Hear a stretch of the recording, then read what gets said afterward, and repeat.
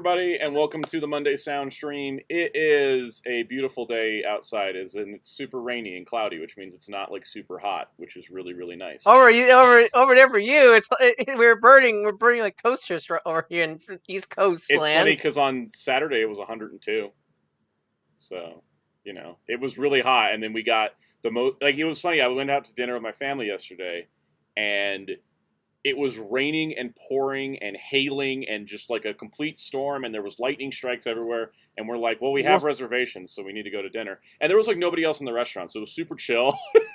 Like, we had like a private seating at the restaurant. So.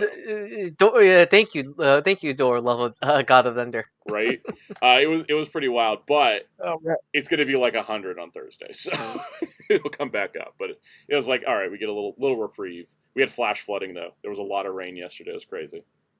That'll probably be the best rain of the year. But the fun part is I get to introduce my panel of co-hosts here, which include Ryan Darkclaw643. So, Cal, be truthful. Did you secretly hack the Summer Game Fest to show two KLF announcements and Dragon Ball at the same time? It was me using the power of all my Latino-ness, yes. And that's really strong for Dragon Ball and SNK, mind you. True. I was Any watching... more Latino, Saint Seiya would have been there too. Yeah. I was watching a live stream by another YouTuber, Near Mint Condition. He did on Saturday, and it was funny because someone was like, "Oh, did you see the new Fatal Fury game?" Oh, before Jamie Squirrel. Omar at Near Mint Condition's from Peru, so he's got that Latino, and he was like, "Oh, I saw the new Fatal Fury. I'm so excited!" And I was just like, "Yeah, it just runs through our blood, doesn't it, Cass?" Yeah. Yep. All right, Jamie Squirrel, super chatted. Happy Monday in the UK. We have mixed weather, very hot, 20 degrees now. It's heavy rain with 13 degrees. A side note, Shin Dojinjers aired this summer. Oh yeah, there is a Shin Dojinjers. I've never seen any Dojinjers besides the clips. I mean, Kaus, the biggest question I have for you: are you a My guy or a B-Genetic guy? Oh lordy. Oh man, that's put me on a spot. Golly. I'll tell you what, though, I'm glad to see B-Jenny back. Mm-hmm. She's more underrated, I'll tell you that much. Definitely, honestly. Yeah.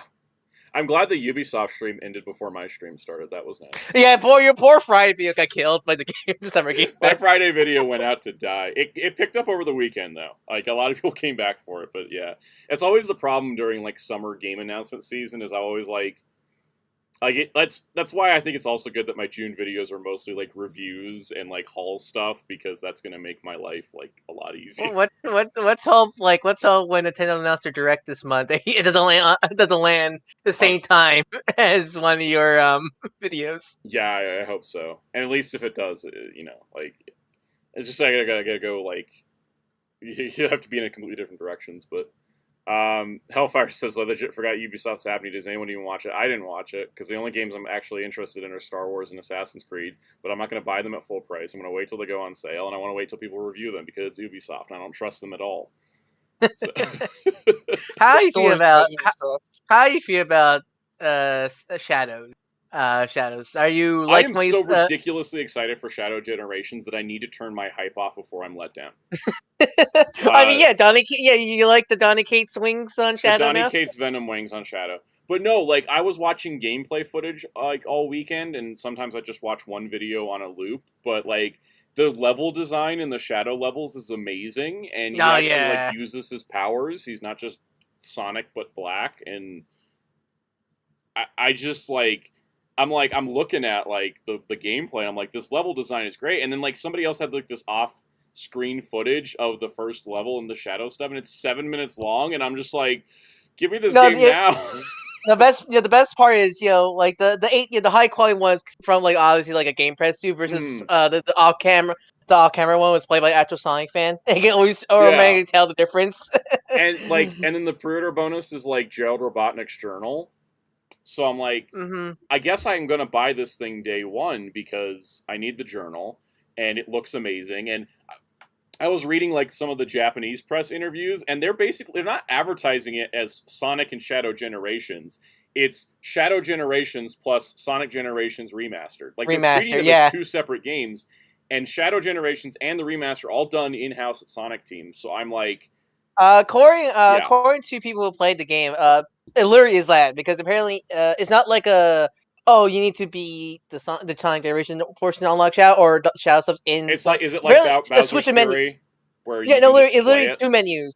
There's two menus. Sonic Generations, you switch the menu. Shadow Generations, it's literally two separate menus. Oh, okay.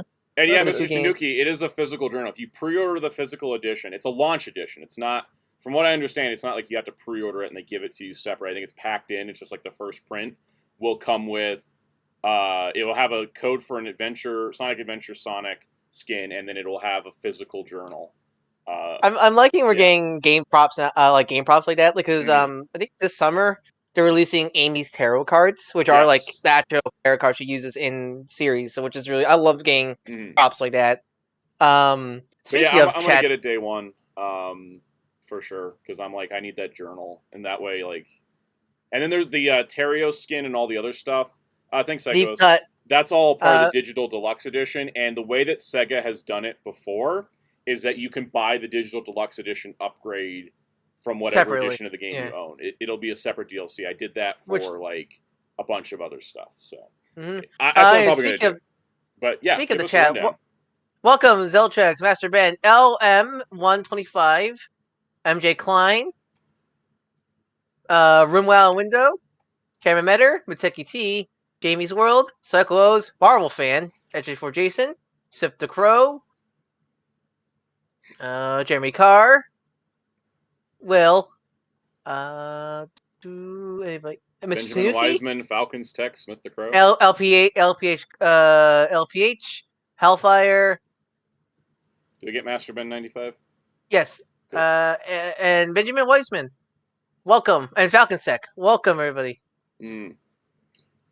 Welcome to our stream. I think it'll be about, with video game talk, if you want my thoughts on like more stuff, we're going to talk on tomorrow on Kaus' stream for a lot. I appreciate Kaus has stuff to say about Sparking Zero, I imagine. Yeah. Oh, yeah.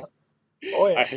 I was updating my spreadsheet while Summer's Game Fest was going on. I have if you guys check out our Discord in the link below, and you go to guides and checklists, there is a link to my Sparking Zero character roster tracker. And so I'm listing everybody that's been announced for Sparking Zero compared to who's in Xenoverse 2, compared to who was in Budokai Tenkaichi 3. So it's like you can track and see who is brand new, who came from Xenoverse, who came over, right, Kaus?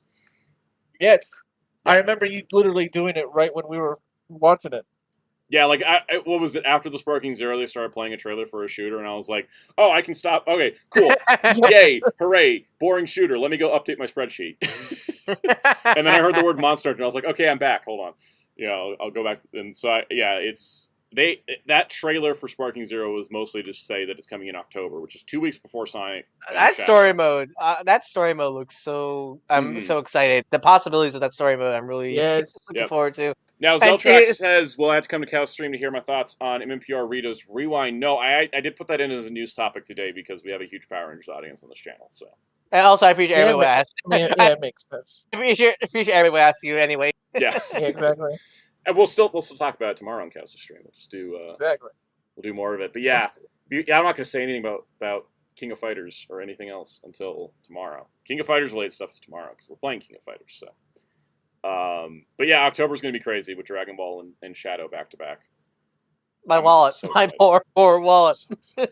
I'm gonna get Dragon Ball launched. I'm not even waiting. Yeah, if I can afford it when I finally get paid, I'm just gonna pre-order. Master Ben 95 says, "Did you know Star Trek Prodigy has a game?" Yes, I do. It's bad, and I did play it. I'm not surprised. It's Outright Games. Apparently, today the G.I. Joe beat 'em up game there's a demo for that's out now. Oh yeah. That's pretty. I think so. Also, isn't it crazy that G.I. Joe and Power Rangers have new games and Transformers has nothing? Poor React. React is now Ghost game. I gotta tell you guys, where now? if you're sitting here going, when's the next update on Transformers Reactivate? I would just let that one go. If I were to harbor a guess, it's dead and we'll never see it again. If we see it again, great, but don't put your hopes up for that game. I wouldn't. I never had my hopes up for it either because Reactivate, there was enough leaks about it and information that it was going to be a free-to-play shooter, and I just don't have any interest in that. I mean, speaking of Transformers, happy 1 year anniversary to Rise of the Beast. Happy 1 year anniversary to my favorite live action Transformers movie. hmm It's just still like a hot take because I like Bumblebee too, but I really do like Rise of the Beast more. It's like Rise of the Beast has everything that was cool about the Michael Bay movies, but without all the horrible, insensitive racism and sexism of the Michael Bay movies. I will always say this about Rise of the Beast. Why I think it's a good Transformer movie. It's an actual Transformer movie, and because you can't, people talk about, oh man, there's too many characters, or just a fetch quest and all this. That's Transformers. That's like 9%. Transformers all over. It really is. It's just 9% Transformers. Mr. Tanuki mentions Target has a buy one get one half off on Riders, Sentai, and Rangers. It applies to almost anything that's in books, movies, music, and video games. Now, not every I know there's a lot of exclusions in the video games. You can't get Nintendo games buy one get one half off. But I ordered some comics yesterday and got them. Which store? Target. Cheap. What was that? Target. Which store? Target. Yeah, you can either do it online or in store. What comics do Target have? Because the only ones I've seen I are didn't buy any in store, but online I ordered an omnibus and some Epic collections. Like they have a good stock online if you go looking for it. Target online always weirds me out because it's like I can't tell it's like a Walmart scenario where just sellers on there because they sell stuff that some you of don't them see. are, but it's very clearly when things are sellers. But with books, they don't have third party sellers for books for Target. All right, then I It's might just toys check that out. mostly. But I would say, yeah, check it out. You can get the Kamen Rider Blu-rays are up on there and the Sentai DVD stuff. So, did you finally get the Geeks Blu-ray or no?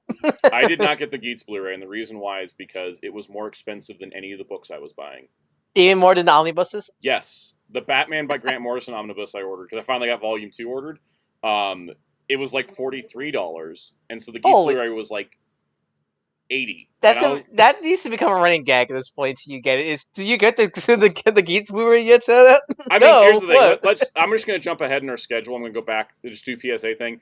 If you guys didn't see my unboxing last week or the Discotek Blu-ray video I did, the Kamen Rider drivers, I paid less for my Desire driver than I would have for the Geats Blu-ray. Geats Blu-ray. And I got the bundle with the zombie buckle. Like that is my problem with the Geats Blu-ray price. I got the whole belt.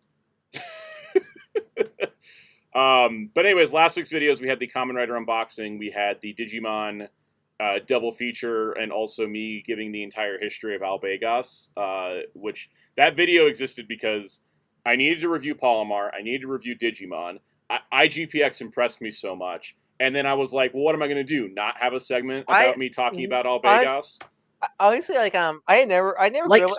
Albegas. I grew up in the LGPX because I think when I started watching Konami, it was like off air at that point. But I've been meaning to watch that show for a long time, and seeing how like they did the big remaster job, like they did with Digimon and all those bonus features, I really do want to pick up that one. Stacked. It feels like one.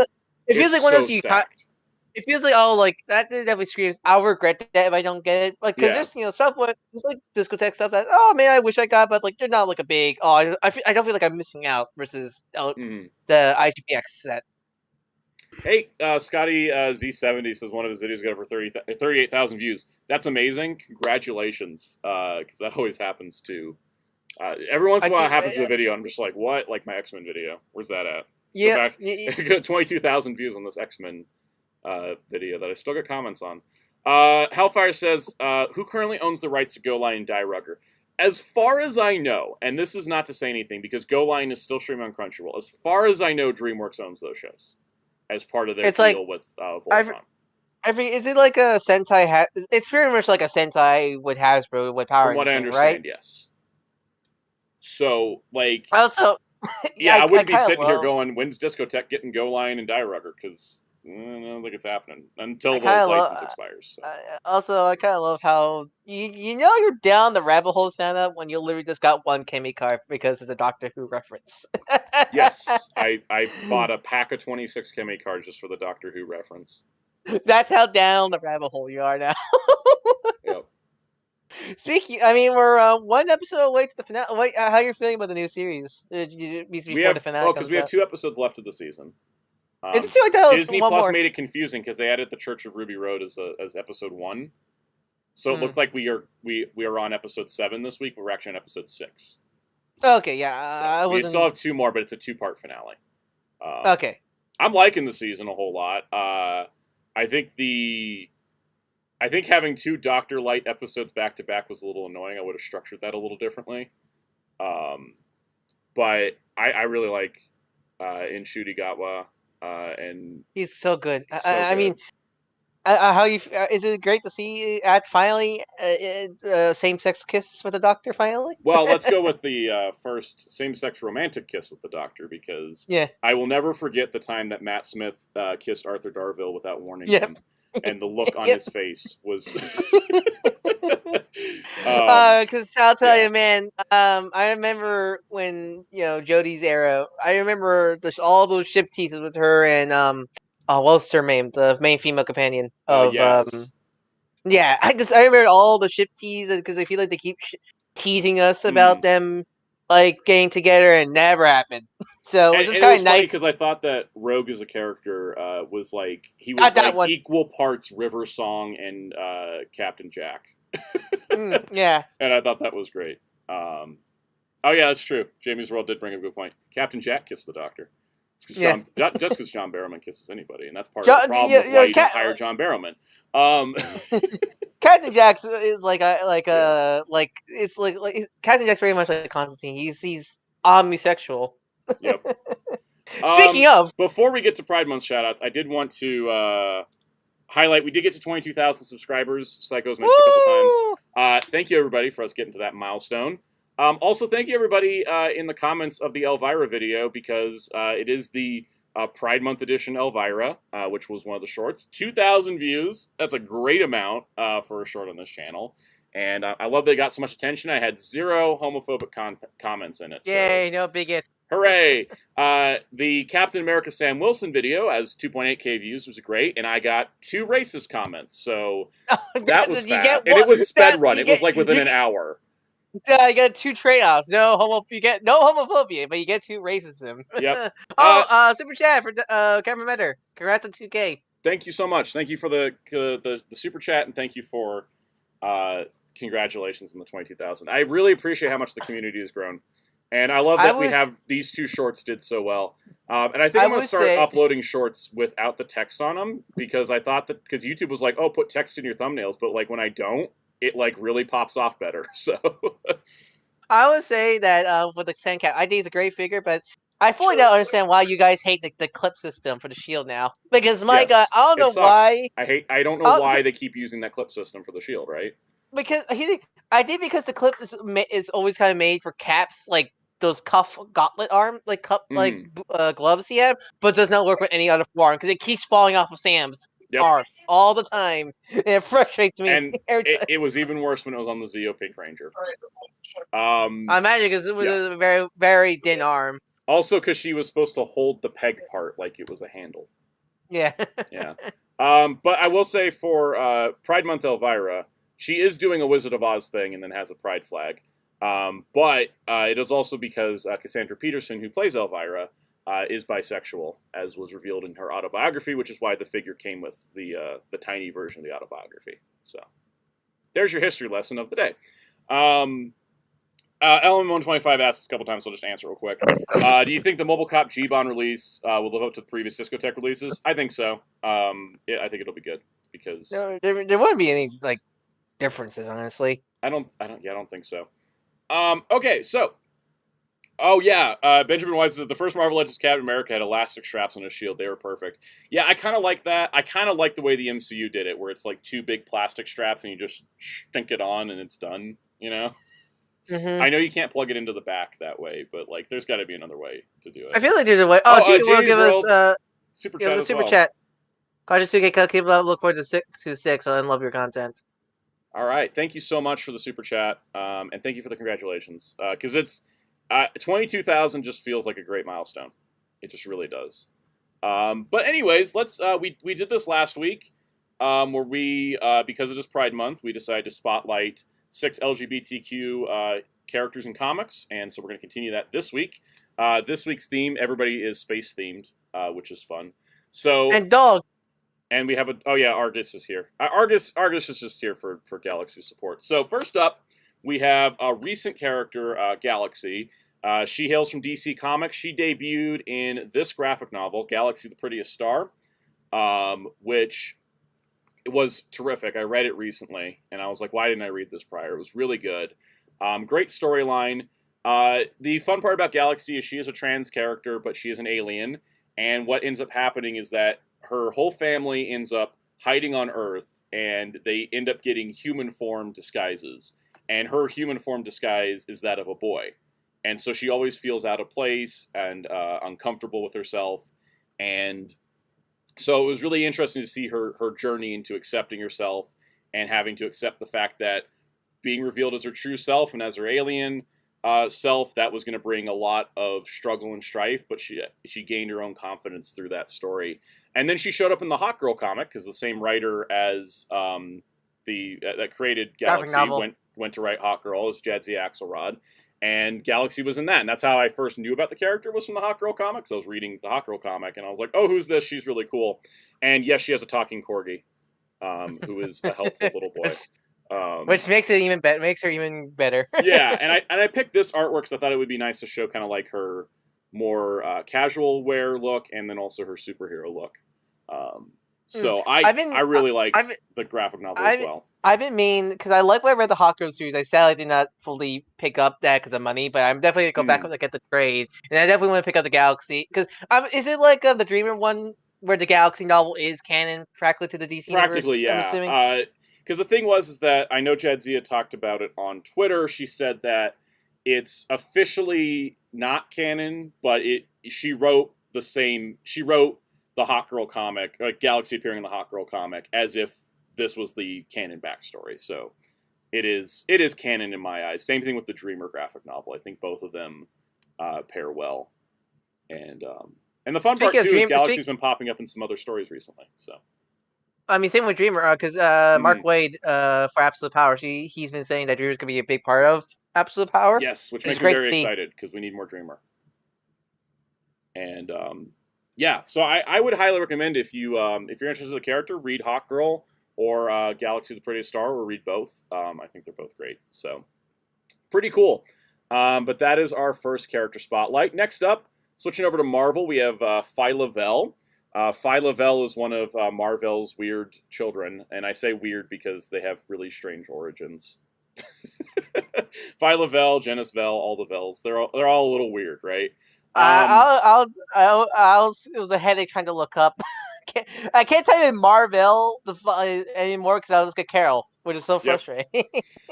So with Phyla-Vell, she's gone by a few different names. She's been Quasar, she's been Captain Marvel at sometimes. She's been on the Guardians of the Galaxy a whole lot, which is where I primarily know her from. But she's really cool, and I like that she's got these different powers. She has this kind of knight theme. She carries a sword, she wears a cape. When her powers activate, like Genis-Vell, her face, her skin becomes all star designed. Is Quasar trans? Quasar trans? No, I don't think so. No, because I swear, we've had a lot of Quasars actually. Yeah. That's why I was confused for a second there because I thought wasn't Quasar a different character? Quasar was there's multiple Quasars. There's been like 6 of them, I think. Anyways, Phyla-Vell, that's why we see Phyla-Vell's in the camp with like Donna Troy, where you just call them by their normal names. They have too many other code names. Yeah. But anyways, the thing is, I really like Phyla-Vell a whole lot, and I heard she appeared in the Guardians cartoon series that I haven't watched, and she was voiced by Ming-Na Wen, which is pretty cool. Mrs. Nuki, is she the little girl from the end of Guardians? Yes, I was very annoyed by that. I love that movie, but I was very annoyed that Phyla-Vell was just some, like, 8-year-old. Because, and the main reason why, is that Phyla-Vell is part of a power couple with our third spotlight, Moondragon. Daughter of Drax, psychic celestial dragon. The thing about Moondragon that's fun is that she's been around since the 70s, I think. She's a psychic, she's a telepath, and she also has like super strength. So instead of just like you know, being like psychic power and can like go into your mind and then be like, oh, cosmic dragon stuff. She can also just like suplex you if you get too close, which I think is just really rad. And she's amazing. And so I think that was really cool is the way that they it's kind of complicated with some alternate universe stuff, but Phyla-Vell and Moondragon were married in an alternate universe, and those versions replaced the main universe versions when they died, so that's how they ended up on the current Guardians teams and stuff. But the two of them together is amazing. Is she still Drax's daughter? Even She's still Drax's daughter, even with the alternate universe thing, yeah. And the whole thing with being Drax's daughter is because her human. It's because she's part human, and she's the daughter of the human form of Drax because the spirit got put into a human body, and comics are weird. Also going, so yes, you're correct. Phyla-Vell was in the Guardians cartoon the third season. Cool. I need to watch that show because Phyla-Vell's in it. And maybe the next character's also in it. That would be Angela. So you have a Guardians theme running. Yep, Angela's in the Guardians cartoon. Cool. Who played Angela? Looking right now. Talk about her while we'll look up. Okay. So Angela has had an interesting story. Angela was created by Neil Gaiman in his fill-in issue for Spawn, and so she was a Spawn-related character for a while. But Neil Gaiman and Todd McFarlane had some legal disputes, and Neil Gaiman ended up taking her over to Marvel and selling the character rights to Marvel. So Angela is currently a Marvel character. Because remember, at Image you owned the characters. Yeah, exactly. Which Todd was like, you don't own that. It was in a Spawn comic. And that's why Neil was like, let's go to court then. And Guardian, she is voiced by Nika Flutterman. It's her... Cool. It was her. That's her first Marvel cartoon appearance because she first appeared in, of course, the Spawn cartoon. Series. Yeah. Spawn cartoon seems like the wrong word. Definitely animated series. So yeah, anyways, he sold the rights to Marvel, and then Marvel had developed her a whole lot. She's Thor's sister. She is part of the 10th realm, the 10th realm being heaven that Odin cast out for many, many reasons. And she also was, one of the cruxes of her solo book was that, the woman she loves, Sarah, she reunited with her and went through this whole thing, and then, she had to go to hell to save Sarah, because it turned out Sarah was dead and that Malekith was impersonating her. And there's this great comic where it's like, she's like, I'm going to tear apart hell and find Sarah, and that's really cool. And I also think that in a lot of ways Gamora has a crush on Angela, because every time they hung out in the comics, Gamora's just like, oh, she gets me. I get it. She's awesome. And thankfully, unlike some other characters, they still used her to say she was just recently in Owens Immortal Thor. Yeah, she just popped up in Immortal Thor, so she's not gotten forgotten like some other characters have. And it wasn't like she got like lost in the shuffle when she was stopped being in Guardians stuff. So that's pretty nice. But yeah, I mean, it's funny because like Scotty says, being Thor's sister's insane retcon. Yeah, they pulled that same retcon in the MCU, but it was Hela instead. Mm-hmm. So, but Angela's great, fierce warrior character. Love her design. And unlike say Miles, it's a full reboot. It's not like somehow Angela from Spawn got somehow transported to Marvel. No, it's just a rebooted version of the character. So exactly. And the thing I found interesting was when hey Kaus, did you come back after? Were you gone? Because I was wondering. I was like, Kaus is quiet. I was talking, and then apparently Discord, yay.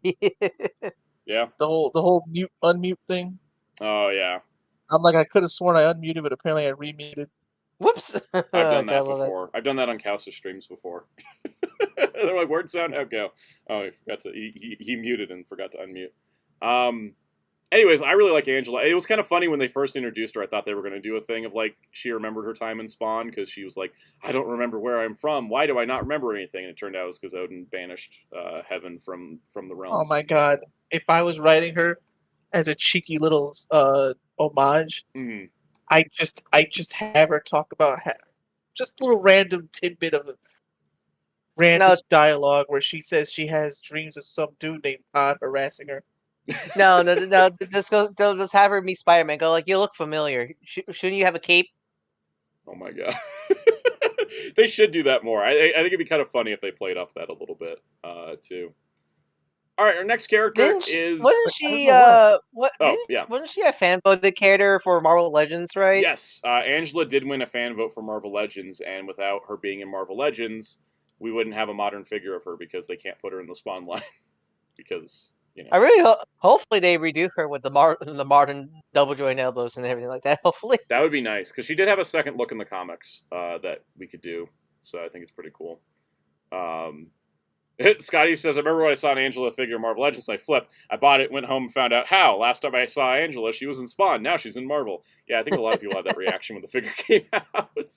I know my dad did, because my dad had like the Spawn Angela figures, and then he's like, what? She's in Marvel. I was like, oh yeah, she showed up in Guardians of the Galaxy. So, yeah. And Masterman95 doing my promotion work for me. She was in Soundout's 2018 rundown. Yes, she was. So. We should have we had like one of those like comic asterisks text boxes. We should. When we talk about Marvel character, they appear in Marvel Legends. Yeah.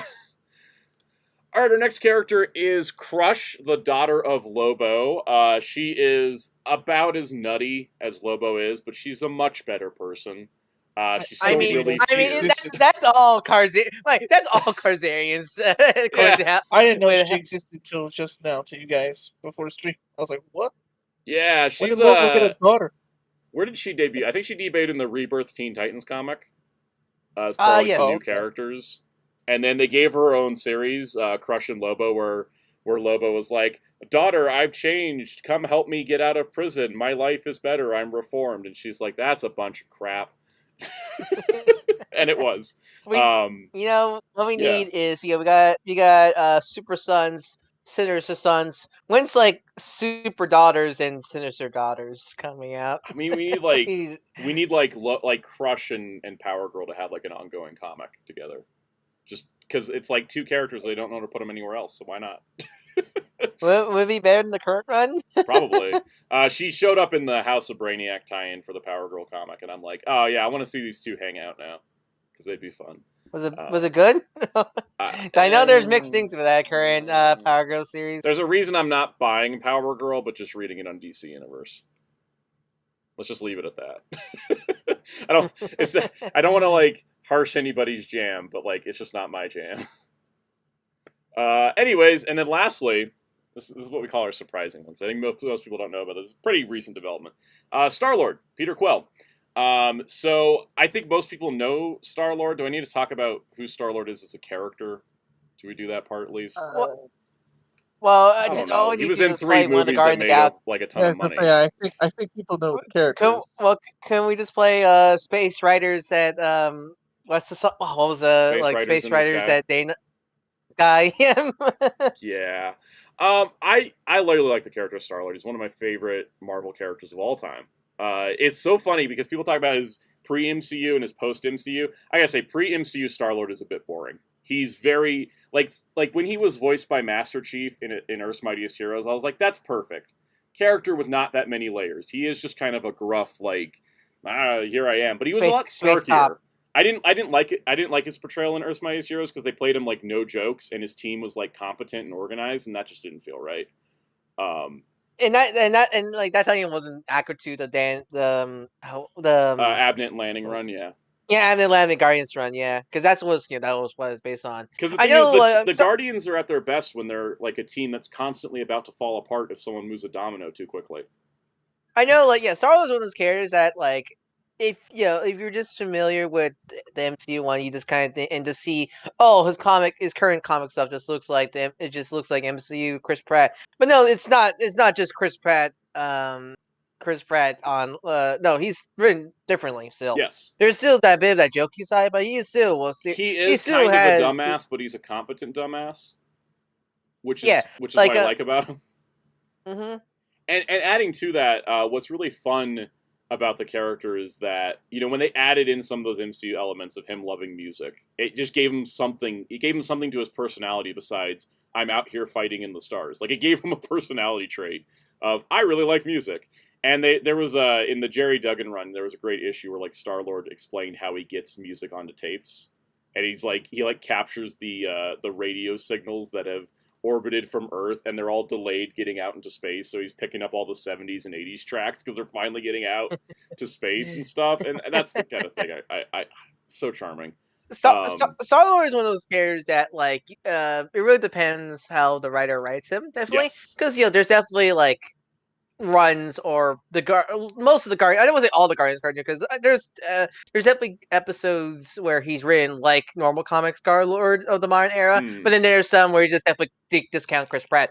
But yeah, it's one of those you just it's like and then there's the video game, which I think was probably like the best writing Star Lord's gotten was in the game. Yeah, the perfect balance. It's like it's very Star Wars is very much like any kind of character that is known for their comedy. It needs to be at balance. Like I will. Like I feel the same way to characters like Gwenpool, for example, where there's a lot more to the character besides the jokey side to them. For example, and some of the best writers for him was when he had solo books. Steve Orlando, Chip Zdarsky, like they both did great stuff with him. Al Ewing did so many cool things with Star-Lord, and that's where we get to why he's in the Pride Month section. So the thing is that Star-Lord is a guy who's lived his entire adult life in space, so it doesn't seem like that surprising that he would be bisexual, because I mean, look at everything that's around him, and like one of his main love interests is a green woman, so it's not like that surprising. And it was something that was danced around with a lot, because there was like this whole thing with him and Richard Rider Nova during like the Thanos imperative, where they're like, "I'm not letting you go. We go down together," and I'm just like, those two are probably in love. So it's the classical like they hate each other, but they secretly love each other scenario. Yeah, it was like a Scott and Logan thing where you're like, do you hate each other that much, or you just putting on a front? And look, here's the thing, we don't know anything about Nova, Richard Rider, but his name is literally Dick Rider, so you know. But anyways, the thing was that Chip Zdarsky wanted to introduce this element of the character in his solo run, but it was denied and the book was canceled. So that was fun. And then Al Ewing wrote a whole storyline for Star-Lord in his run of Guardians of the Galaxy, where he kind of finally got to embrace it and make it happen. And it was really beautiful. And then Star-Lord came out as more of a complete person after that. And he had this whole like hippie Zen master thing going on for a bit, which was really fun. But it kind of completed his sort of like character arc in a lot of ways in that run, which I thought was really interesting. And they did a lot with it. So that's why Star-Lord is on our Pride Month Spotlight. And that concludes Pride Month Spotlight for this week. We will do, of course, 6 more characters next week. And it will be a theme, just like it was this week, because all I'm just gonna remind you is Hasbro, please, for loving God, just give us modern comic Guardians already. Particularly the Star-Lord I just showed, because I love that suit with the blue jacket. It's kind of ridiculous at this point. We haven't got comic Guardians since 2014, 13, like one of those two. 2015. Like, yep. All right. In the news of PSAs, Will said, "Wow, Ewing's goal was to combine modern and classic Star-Lord. By that means pre-Marvel incarnation. He did it. Yeah, he totally did. He worked the whole Master of the Sun thing into it. It was beautiful. That's part of why I love that. The pre-616 version. That's part of why I love that that Al Ewing Guardians of the Galaxy run so much, because I felt like he really. I mean, isn't also Doom? Isn't Doom part? Doom was in it, also? but Doom's only in the 3rd story arc of it, so I can't say Doom. Well, so that just adds to it. That just adds to it. All right, so the G.I. Joe Kickstarter that started last week. Someone just pledged. It just went back up again.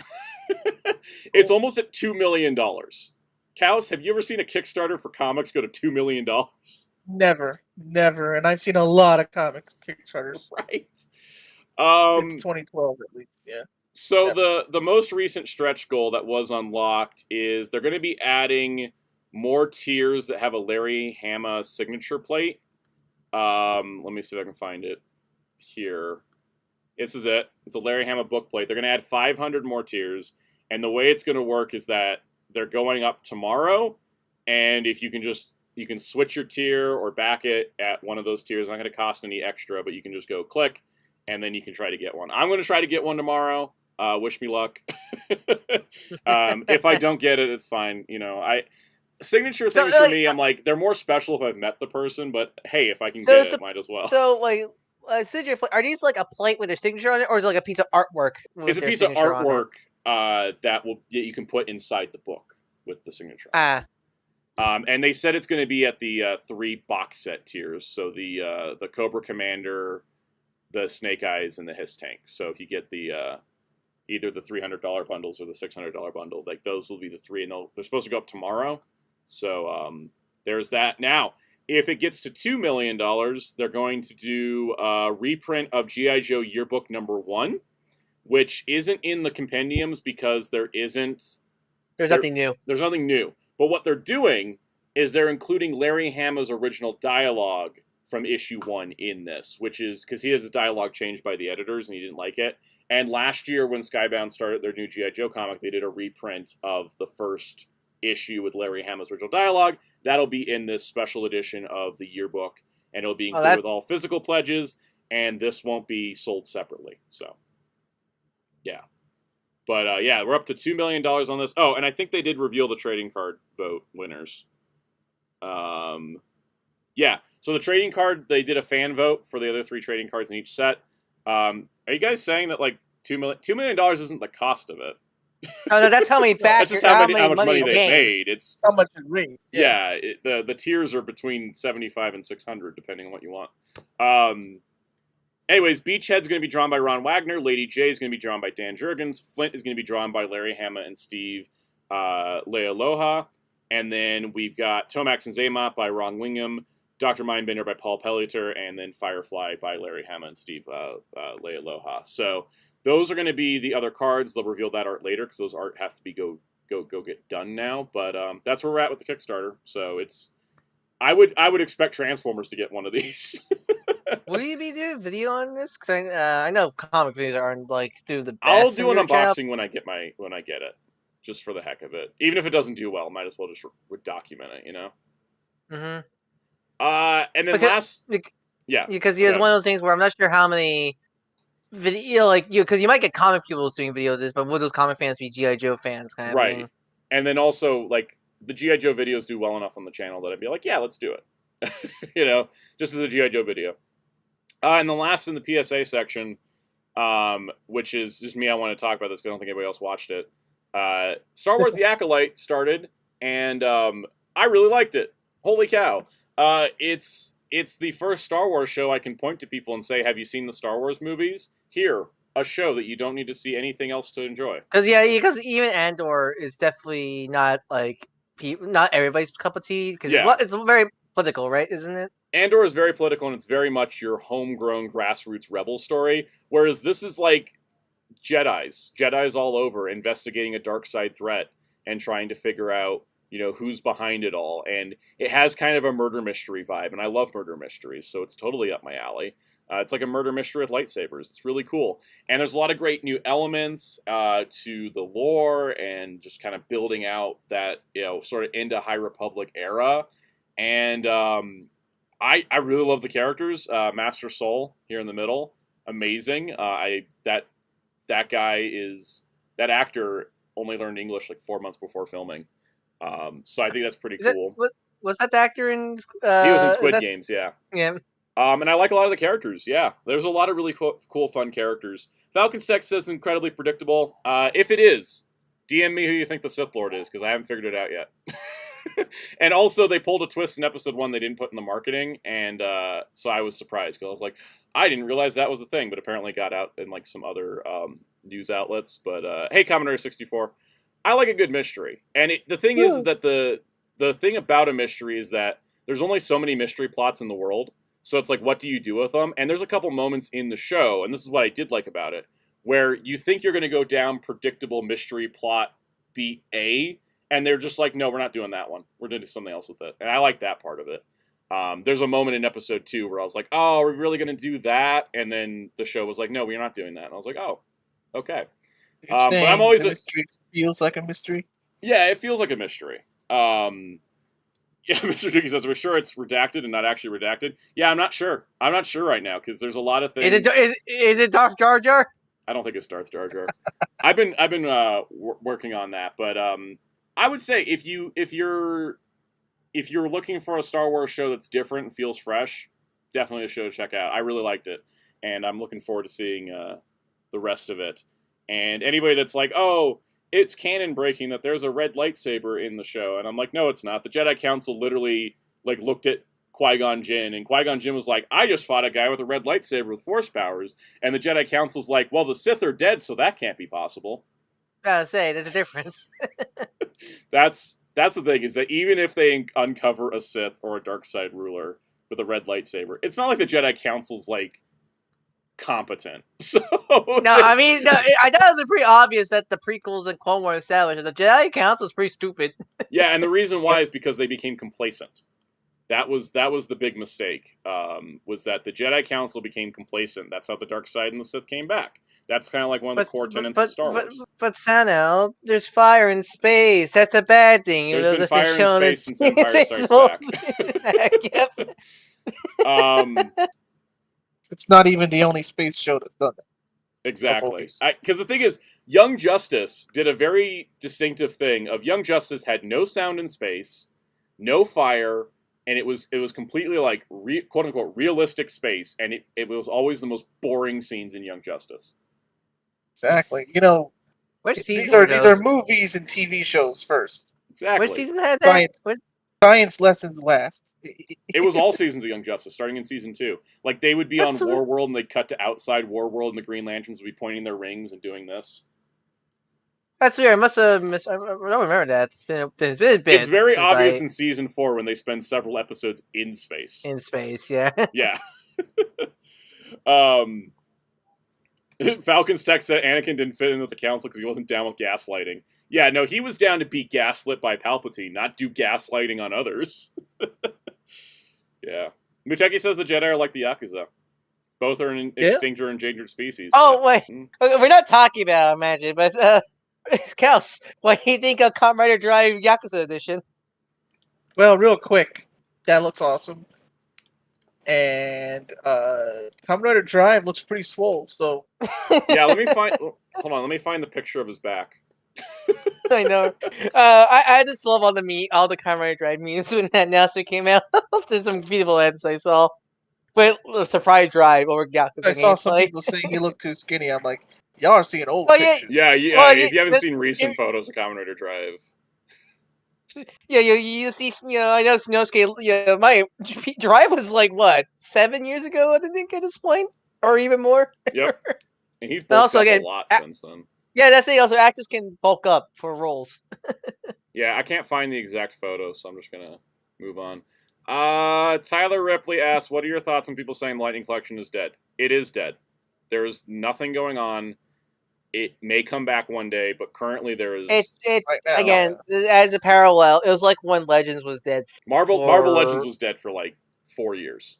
So it's the same thing. Like, yeah, I think some people, like, I don't want to like make too much comments, but like, I feel like some people, even Josh, I think they're getting a little out of control of this whole subject. I feel like it's the subject that we just all accept, but I just feel like it just kind of becomes an Ouroboros. It just will never end, sadly. And that's why I don't talk about it, because the thing is that until they announce something, it's dead. That's just kind of how it is, And again, it sucks that the line is gone. Like, and I know people can talk about, oh, why did it get canceled, all that stuff. Again, I feel like we just need to let it go. Like, I feel like, I never like, there's a bunch of lines that have ended, and I haven't seen that much of a big stink about it. But like, I don't know, Lightning Collector just feels a little more like obsessive. I feel like with people really upsetting of the ending of the line and such, or like, oh, why did it fail? Like, it's just like it. Again, it ended, and like again, all I'll say is it lasted for a good while at least compared to other. Yeah, it lasted longer than Mattel Thundercats, Bandai Thundercats. I think only Super 7. It lasted longer than LJN Thundercats. I mean, it lasted longer than like Ghostbusters or Dragons or such. It lasted longer than Indiana Jones. Mm-hmm. Indy got 1 year. Lightning got 5. 5 years is a good. 5 years is also and maybe they'll bring it back. And maybe they'll bring it back with some better brand direction, because it always felt like they just didn't have a plan, right? And I think that was what we talked about. We've talked about it to death. And let's look at Takuchi Ryuma's back instead. Here he posted this photo of him as the character, back tattoos and all. Yeah, look at that. That's that's cute. Yeah, that's whoa. Yeah. That ain't no skinny. He ain't skinny there. Mm-hmm. He look like Psycho he O about to says, do does heat Thundercats action Roar right have now. a toy line? It did not have a toy line, but Thundercats Roar existing is how Super 7 finally got a license from Warner Brothers for Thundercats. Now, you guys know what? I don't know what now to think of. You guys know how Jason looks like Jason Voorhees looks like in Multiverses, where he's a giant brick wall. Yes. Now I want cover. I want every time Cover Drive comes back for a Kamen crossover, he's just a giant. I'll get a writer. And people talk about this is supposed to be based on Yakuza 0 as well, so he could get swoller if he wants to. So, anyways, that's it. That Wait.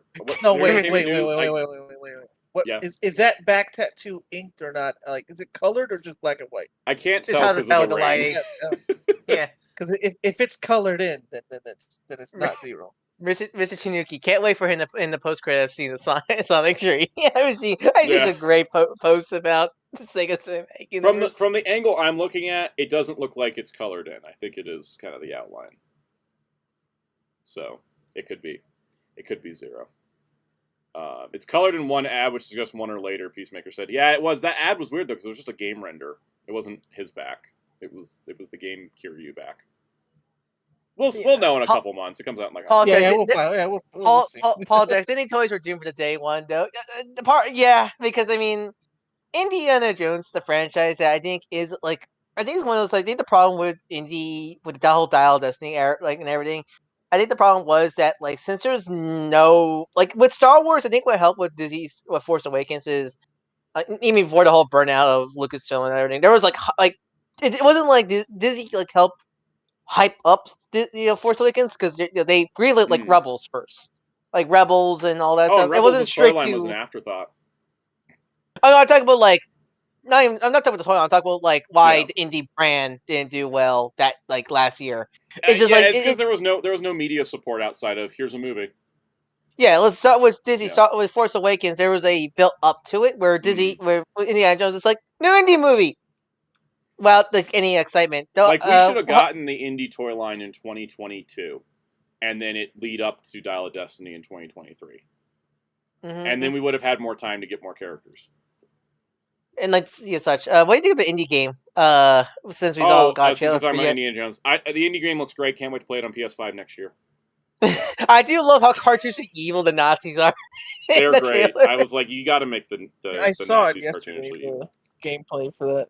Yeah, I felt like they had the tone, they had the style. I was like, I want to play this, but I'm waiting till it shows up on PS5 next year because that's what happens to Xbox games now. You know. Yep. I'm not going to go out and buy an Xbox just for Indiana Jones. All right, let's get on to some news, or some more news. Ultraman Arc is coming out July 6th. We got a full trailer for it, with the English dub included. What do you guys think? I like it. I like it. I mean, it's just information we got before, but now like narrated with a video and everything. But I get, I'm really glad that because I remember when Blazar was coming out, the dub trailer came after. Yeah. After, so it was really nice to see. They're really fully in just embracing the simulcast dubs now with Ultraman, which I'm really glad to see. Yeah, Kaos, what do you think? Did you enjoy it? I did. Also, Taguchi 1 looks like there's no more inner spaces. He literally just. I saw that the art cube just popped out of his head and into his sword. Am I muted again? No, you're. No, we heard you. Sorry, we're just over talking you. That's our bad. But yeah, Cal, so you think it looks good? Because I think it looks fun. I mean, it looks super fun. Skip, that's a good name. Yeah, I know it's definitely a lighter tone through the Blazar, but I like that. I don't want every suit to be like Blazar. I will say though, I'm way more excited for Ultraman Rising than I am Arc at the moment. Well, I think it's more. I think it's more. Rising is just fresher. I think also with Arc, we haven't got that much of it. You know, we got the sort of we haven't. From what we've seen, we haven't got too much of like, what's the main villain? What's the main? Yeah, we don't have any villain info yet. We'll get that soon, though. This show's we'll get that soon, but it's mostly just like here's Arc and here's his support team and such. Yep. So like I don't think that's the fault of the series. I think it's more of like this is what we have. This is just how the marketing goes every year for Ultraman. Mm-hmm. Yep. Yeah. Welcome, Ranger Boy 2169.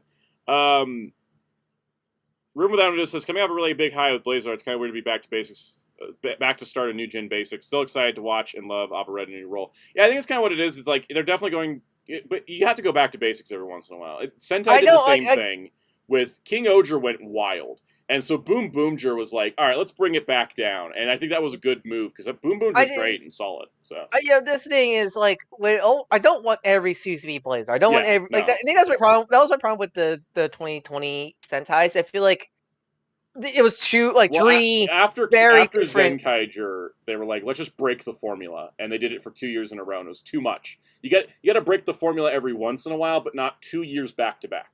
In a row, exactly. Yeah, you got we got was that it was even Zed was very traditional. I don't I feel like it was still great, but special. Then you got Trigger, which was a remake of Tiga practically. Then Decker was his own thing, but then we got Blaze. But it was just, Decker was still had elements of Dyna, but but still, and definitely had some unique things about it. But still, it was very traditional. Then Blazar, which is very different. But then I feel like you don't want the next series just be another Blazar. You want to just you don't want Blazar to still be in people's minds still, but also still make sure the next series is still Kasama's own. So I don't mind Arc being standardized. What I'm hoping for, because Room Without Window mentioned, feels like all across Tokyo we're going back to base between Arc, Boom Boom, and Gotchard, and not in a bad way. Yeah, I agree, because I think that Gotchard, Boom, and Boom Boomger have both benefited from the more experimental seasons that came before them to kind of refine and make everything feel fresh. And I think Ultraman Arc's going to do the same thing. It's going to take some of the lessons from Blazar, but kind of put it back into a more traditional style, which is a little bit more approachable. Because I had people that never watched Ultraman try to watch Blazar and couldn't quite get it. They couldn't get Blazar as a first time show, but I think Arc would be a much better introduction to the current modern day. Yeah, and definitely, and I think also it's and that's the thing. You don't want a franchise. I feel like when everybody says something like that, I feel like it's when people say, "Oh, they're going back to basic." I feel like that's going. I feel like it's a kind of a negative connotation. It always has a negative connotation, but I don't think it's always a bad thing. I think going. No, back it's not always a bad thing. Yeah. Yeah. I mean, and the scenarios, especially with especially with a franchise where each season is different. I don't mind when it's go back to basic. It's more of when if it's when it's a sequel series or a second season. When it goes a little more, when it goes back to basics, it feels weird. I mean, we could talk about that when we get to Earthspark, but we'll see. We'll get to that, but still. Tyler Rippon, we'll be talking about Rita's Rewind later in the show, so stay tuned. But yeah, I don't think we have anything else about this. We'll just keep updating as the show gets closer to airing. I'm excited to see it. I'm looking forward to it. All right. English dub cast announcement. After he was in the trailer, Paul Castro Jr. is going to be playing Yuma. So I don't know Paul Castro Jr. from anything. He's a very new actor actually. I first heard his voice in Neo The World Ends With You, where he plays the protagonist Rito. He's also currently in the Sami dub of Go Go Loser Ranger as one of the main characters, Hibiki. He's a up and starter, and I think he's a really good voice actor. I really like his roles he's played so far, and I like his. And I think his voice fits well what we know of Yuma so far. So I think so far really good. I mean, again, all the Ultraman dubs have been really high quality. So again, this is some great stuff. Yep. Cass, you have any thoughts on this casting? No. Cool. It looks good. Sounds good too. Last note on Power Rangers, and this is the last time I'm talking Power Rangers till we get to the game. Power Rangers may not be dead forever. It's just dead right now. There's not any current shows going on. It's just on a break. Most franchises do this. It was weird that Power Rangers went 30 years without doing it. It'll come back in some form. It's too lucrative. I mean, the comics are going. Even though the main book, even though the main book might be ending, there's still gonna be books. It's just the main book. It's and right now G.I. Joe's running strictly on a comic book and a toy line, so it's just how franchises go. G.I. Joe's raising $2 million, so just because of the cartoon doesn't mean it's dead. Franchise, Exactly. Scrublord Gaming brought up a very good point, getting us back on Ultraman Arc. You need to have some back to basics as time goes on, because ideally you always need to have fresh intro points for a new series for fans, rather than just one older one. Exactly. It's kind of like how there needs to be a baseline, Yeah, there's got to be a baseline. I feel like You know, To like understand what you should expect normally before you start breaking things. right, kind of like Doctor Who. Like Christopher Eccleston's first series was like a back to basics in some ways, and you know, like I'd say like the start of Matt Smith's was a bit of a back to basics, but then it was kind of like a lot of different ideas, and then like in Ncuti Gatwa's run is kind of like a sort of back to basics. Like you start getting like the let's explain to you every part of the franchise, like episode by episode, and I think that's good. I think it's good for there to be new fans. You need something. You need something that is that baseline, so that people Especially with understand what it is right off the bat. especially I'm not sure it was purposeful, but especially with Mm. Rising coming out, I feel like they needed a more Yes. basic Ultra for people who started with Rising and jumped to Arc. They need a more traditional Ultraman so people know what traditional. Okay, so I've seen the anime movie. What is a normal Ultraman like? What's the Tokusatsu live action series like? Right. And if you go from Rising to Blazar, that's a big difference. Way too big of a. It's like anytime someone's like, I'm gonna watch Nexus as my first show, and I'm like, no, you got other ones to go. Let me give you other recommendations because Nexus is too off the beaten path, right? Blazar is off the beaten path as well, and so it's good. I hope that Ultraman Rising and Ultraman Arc can be a nice 1-2 punch to really keep the franchise invigorated.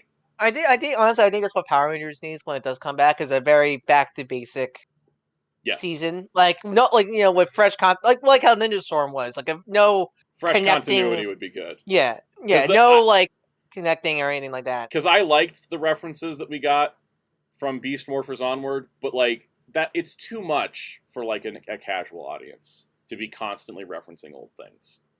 You got to have it fresher. Make it feel like it's theirs, not that when a show starts feeling like you need homework is when you kind of losing it with some people. That's when you get the current MCU. Yeah. Mm-hmm. Yeah. All right. Oh, you know what, Psycho is? I don't think I ever did add Blazar to my Ultraman tier list. Maybe we'll do that when Rising comes out. All right. Also, we're still waiting for that movie. Also, remember? Oh yeah, we still didn't have the Blazar movie. That's a good point. All right. Tales, speaking of continuations, revitalization, Tales of the Teenage Mutant Ninja Turtles, the sequel series to the Mutant Mayhem movie from last year, finally got a date, August 9th, which is my birthday, so that's cool. I went and saw Mutant Mayhem for my birthday last year, so I love that they're just giving me Turtles on my birthday. right side out. What was that, Kaz? So we both have birthday releases, huh? Yeah, we do. Yeah, for me it's Deadpool. Yeah, I just get Christmas. You only get Christmas, you poor sap, only getting Christmas. Only Christmas. The show's in a 2D art style as opposed to the 3D art style of the movie, which looks great. It looks so good. It looks so good. It looks like the same quality as Rise will probably have more extreme action. Like I just like it. It's very grounded. Like they showed there's a clip of Leo versus one of the robots, and it looks so smooth. Like it's like nice, like smooth, like choreography animation, which I like. And it's the same voice cast from Mutant Mayhem because all those kids are not A-list stars, so you can all just bring them over to the TV show. And I think even Aoi DeBerry's coming back as well for April, right? I don't think Jackie Chan's coming back. No, any of the more celebrity voice. But I think they got Aoi DeBerry for April because it sounded like her in the trailer. If Jackie Chan couldn't voice his own show, well, mostly because his English wasn't good back then. Right. He can't. I don't think they can get him for Splinter. But it's going to be 12 episodes. All 12 episodes will drop on August 9th. It's exclusive to Paramount Plus, which I think is an absolute mistake. It should also be co-airing on Nickelodeon. Kids don't have Paramount Plus. Paramount, come on. I mean, also the fact that this dropping all at once, like you think 6 episode event, perfectly fine. That's like a movie practically. 12 is too much. Same thing for Star Trek Prodigy on Netflix, dropping all 20 season 2 episodes in one day. I do not like that. It is hard for me to watch all this stuff with my family in time to not get spoiled on the internet. And also, just it's 12 episodes. Like you can. It's so weird because like Paramount can't do really quick releases. I've seen them do for the Star Trek shows, for Halo show. Like they can't do that. Yeah, they can't do that. Like I'm not sure why. I don't know because it's animated or anything like that. But it's so stupid. Like essentially, I think it's because the Knuckles show actually hit the streaming charts because its number of viewing minutes was so high because it was the whole show. I think they're like, oh, we should do that again, but not realizing it's twice the runtime. Yeah, Paramount's kind of stupid. Let's be real. So they really, I feel like companies should really look at how well X-Men '97 Mhm. did, and go, "Oh, weekly releases is a good thing." yeah. Kaus, did you watch the trailer and what do you think about it? I did not see the trailer. Okay, cool. I do. I'm gonna watch it right now. I'm gonna mute. All right. Yes, go ahead. I find interesting Bishop's female, but still, like, it's still like the same character in terms of the goals, so I don't mind it, honestly. And such. I'm not sure you're covering the toy leaks we saw, I didn't want to cover the toy leaks. Also because I didn't have anything to say about them. Because there are new mutants, plus the return of Pigeon Pete. Yeah, Pigeon Pete might actually get a toy this time. Yep. I'm not putting any stock in it until that toy is in my hands, though, because I still don't see. I don't know whatever happened to that one weird wave of like the repack, the single packed April, the repacked costume versions. Like, look, if Playmates is known for one thing, is canceling figures they show off at cons. Hey, ARG and Marco. Yeah, it's really strange, but I think the show looks really fun. I like the they're doing like they get split up. That's a good thing for a TV show. It's being show run by Christopher Yost, the showrunner of Earth's Mightiest Heroes. Wolverine and the X-Men. Oh yeah, I thought those. I keep forgetting he also. Yeah, he did Wolverine and the X-Men, and he. That's why it's considered the same universe. He also wasn't he also the main showrunner for Fantastic Four: Earth's Mightiest Heroes? Earth's Greatest Heroes. Yeah, I think he was. He was just doing everything in that era, and he was writing X-Men comics. I didn't know you wrote. I didn't write. Yeah, he did. X-Men comics. He wrote X-23's like introduction into the comics, and then worked on some other stuff too. Oh, interesting. Yeah. So Psycho says, wait until the next unboxing when Soundout buys the Bujin Sword Bandai China weapon. That's not happening. Because I don't know where I'd put it. But yeah, no, I think the show looks really fun, and I'm waiting for Kaus to come back so you can give us thoughts. How long is the trailer? Like 2 minutes, right? Oh yeah, that's right. There's a sequel set for October 2026 for the movie. Let's see. It does compare AoE to Barry in this. Cool. It makes me happy. She's great. Yeah, I do think they really should be co-airing it on Nickelodeon. It's really ridiculous. It's Paramount like Plus. Paramount Plus is where kids shows go to die faster than Nicktoons. I mean, like, again, they just came back on their mind up where like there's like got that new Fairy Odd Parents show and another Nickelodeon show that's only on Nickelodeon, not Paramount Plus. So like they can just air shows on Nickelodeon. Yeah. And they co-air shows like Earthspark's getting co-aired on Nickelodeon, even if it's like Mondays at 1 p.m. for some reason. What? These kids are at school. Yeah, I know. Because it's funny because like Earthspark season 2 is on Paramount Plus. We'll talk about it a little later. But like it's not airing now on Mondays at 1 p.m. when kids are not in school. It's going to air in August when kids start school, and they're going to put it in a time slot that kids will never see it at. And I'm like, what are you doing at your dumb company? I know, right? Yep. I don't know if Kaus, how you done see with the the trailer? trailer and he's still on mute. Kaus, you forgot to unmute. Unmute. No, I was watching that trailer. Okay, cool. Did you finish? Yeah. Okay, cool. What do you think? I love the animation. I love that. Actually, I'm really impressed with that. Yeah, they're really great, like sketchbook style. I love it. Yeah. Yeah, I love how it looks like. It's not just like let's do Shredder. I like that too. Yeah, no, they're because they're saving Shredder for the sequel. I do hope we get some hints of Foot, but I don't think we're gonna see that much. I imagine it's gonna focus on Jump and all this stuff. So I'm really excited for it. I'm also looking forward to High School Antics after the movie set that up. Yeah, definitely. And I think the animation style is amazing because it looks like the same.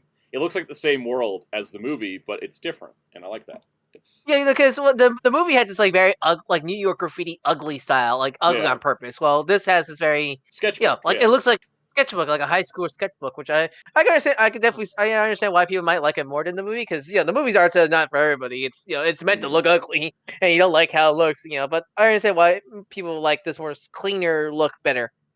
Yep. All right. Any other thoughts on Turtles before we move on? Cool. Moving on. Cool. Next. Go ahead. The Day the Earth Blew Up, a Looney Tunes movie, is a full feature film animated movie coming to theaters sometime this year. It doesn't have a date. And it didn't get a trailer. They just put out a clip. Be careful for showing that clip. The I know. might That's why I'm not hitting the play button. I'm just. It's just Daffy Duck and Porky Pig. Be careful because they like to autoplay sometimes. I know. I made sure to turn off the autoplay, and I have it paused. I manually paused it, but I just could. There was no articles for this, so I was like, discussing film. If anybody got me, discussing film got me. Mm-hmm. Anyways, this looks fun. I want to see it, but I don't. Yeah. I like that. Don't worry. Yeah. It won't be like tax write off because it's not Warner Brothers actually distributing the film, right? Yeah, It's Warner someone Brothers else, isn't distributing; it's another distributor. So I mean, that kind of shows how much lack of care. Warner WB Brothers cares. like sold everything off, and what they couldn't sell, they tax wrote off. It's ridiculous. I mean, as much as I don't like that movie, Space Jam 2 made a good point how Warner Brothers feels with the Looney Tunes. Oh yeah, that movie made Warner Brothers it's weird. Space Jam 2 and Matrix Resurrections can just shake hands and go, we made Warner Brothers the villain in a Warner Brothers movie. I think this looks great. I just mostly wanted to bring attention to the fact this movie exists, and we'll talk about it more when there's more details, but I think it just looks like fun Looney Tunes stuff. And there was a fun butt joke in it. I like butt jokes. And then lastly, for entertainment news, Shin Kamen Rider is filming new footage. The Shin Kamen Rider Blu-ray release in Japan will include not only the movie cut, but also a 5-episode episodic cut of it that will have new footage included, which should be pretty cool. So we might see extra stuff, which I think is great. Honestly, I think I like Shin Kamen Rider. I don't want anyone to know that. I do like the film, but my biggest problem was the pacing. I feel like it was because it felt like episode like Shin Ultraman.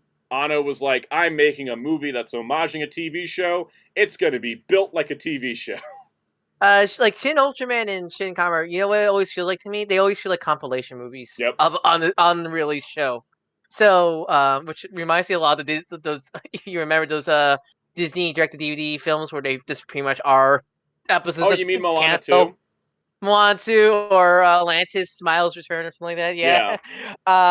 So honestly, if they were shooting new scenes to make these more into episodes, I think we'll honestly make a better final product. It'll flow better. It might definitely have better pacing and such like that. Because I think the film has some great story and great writing and characters, but it does feel like episodes put together. Yeah. Which I think was intentional. It's weird. It definitely feels like stuff was cut off. Yeah. From it. All right, that does it for entertainment news. We're gonna go into Blu-rays. Do you guys know what's fun about the Blu-ray news this week? What? I just like always, I curated it to things I like. That being said, I did put in a couple things that I'm not like a super fan of, but felt like we should talk about. Just things that I thought were interesting. It's gonna be fun. There's so much chaos in the home video world right now. But while I pull up these links, no, actually, I'm not going to pose a question. I'm just going to let us sit in silence for a moment while these links load, just so I don't get us off track timing-wise. All right. In the world of Blu-rays, one of my favorite movies ever made, Game Night, is getting a 4K, and I just wanted to tell everybody about it. If anybody saw Dungeons & Dragons Honor Among Thieves, same filmmakers made this movie first, and it's just as great. And it's about people that are playing a murder mystery game night, and it turns out there's an actual murder that happens, and they don't realize that it's not all a game. It is hysterical, and I love it, and I recommend it to everyone. If you want a good, if you want like a comedy that feels like an old school kind of like crazy comedy, this is 80s, like this movie is at up there with nothing can be up with Airplane, but it's like up in the level of Airplane of like it's going to be kind of absurd and just going to throw jokes at you left and right, and it's so good. I just love the dog in the middle of the cover. Oh god, that dog! Oh, that poor dog. Anyways, great. Yeah, movie. I see. Speaking of Dungeons and Dragons, I see people go like, "How does this film not do well? Like it's a Dungeons and Dragons movie," and because it came out like a month after the Open Gaming License controversy, so the core fandom didn't show up and protest. Yep, and also the film was not marketed well at Nope. all. Yeah, they cut. The thing is, the marketing never included all the unique and amazing stuff about that movie. Kaus, have you ever seen D&D Honor Among Thieves or Game Night? Kels, are you muted again? Or did Discord drop him again? Because that happens. Oh, he's muted. Hold on. He's muted. Kaus. I'm Anyways, gonna have to move on. All right. Anyways, let's move on. Okay, so Macross Plus was announced a while back to be getting a Blu-ray, both the movie and the OVA versions. It's being done, I think. This is where people in the comments are going to correct me because I don't know Macross.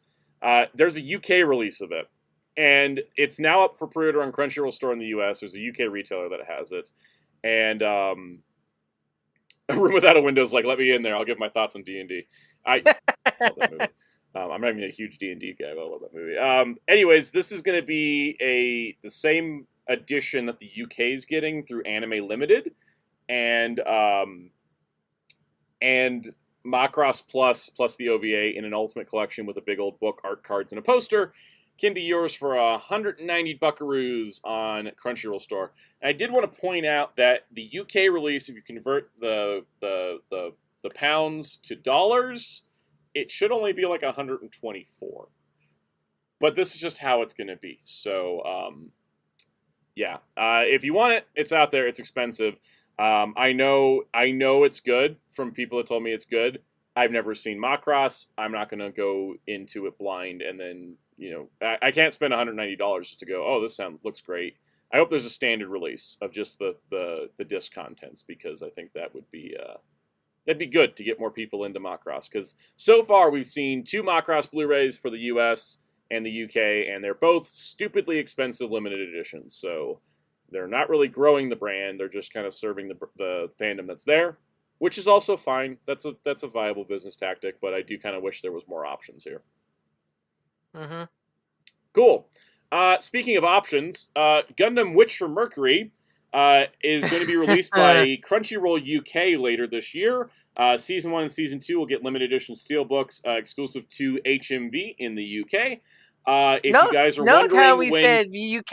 Yeah, yes, no, UK. we said UK. If you guys are wondering when is the US release from Crunchyroll, I will tell you I have no idea if there even will be one, because Chainsaw Man. Season 1 of Chainsaw Man came out on Blu-ray in the UK from Crunchyroll UK in December 2023, and we have seen no notice. We have seen no notice of a US Crunchyroll Blu-ray release of it. Tell your funny story about how you discovered that. I only discovered this because Psycho O sent me a picture of some Blu-rays that were being sold at MCM London, and I think there was like a Kamen Rider or something, and my eye just went to, wait, you guys got a Crunchyroll release of Chainsaw Man? And yeah, and that's when I found out that Chainsaw Man came out in December 2023. Chainsaw Man's pretty dang popular, and yet there is no US Blu-ray release of it, despite the fact that Crunchyroll did a release of it in the UK 6 months ago. And Kaiju1954 says, where's our Gridman Universe Blu-ray? Guess what? In 3 weeks, it'll be 1 year since they aired Gridman Universe at Anime Expo. Currently, the only time Crunchyroll has officially released the film. And it's not even like, oh, they're dubbing they haven't. One of the main actors for the Gridman dubs, who voices Yume, literally said, I wish Crunchyroll let us dub it. So that means there's no dub. if they commented they haven't dubbed it at all. There's no dub. Oh, Psycho said that was a secondhand shop. Yes, thank you for the correction on the story. But still, there's a UK release of Chainsaw Man from 6 months ago.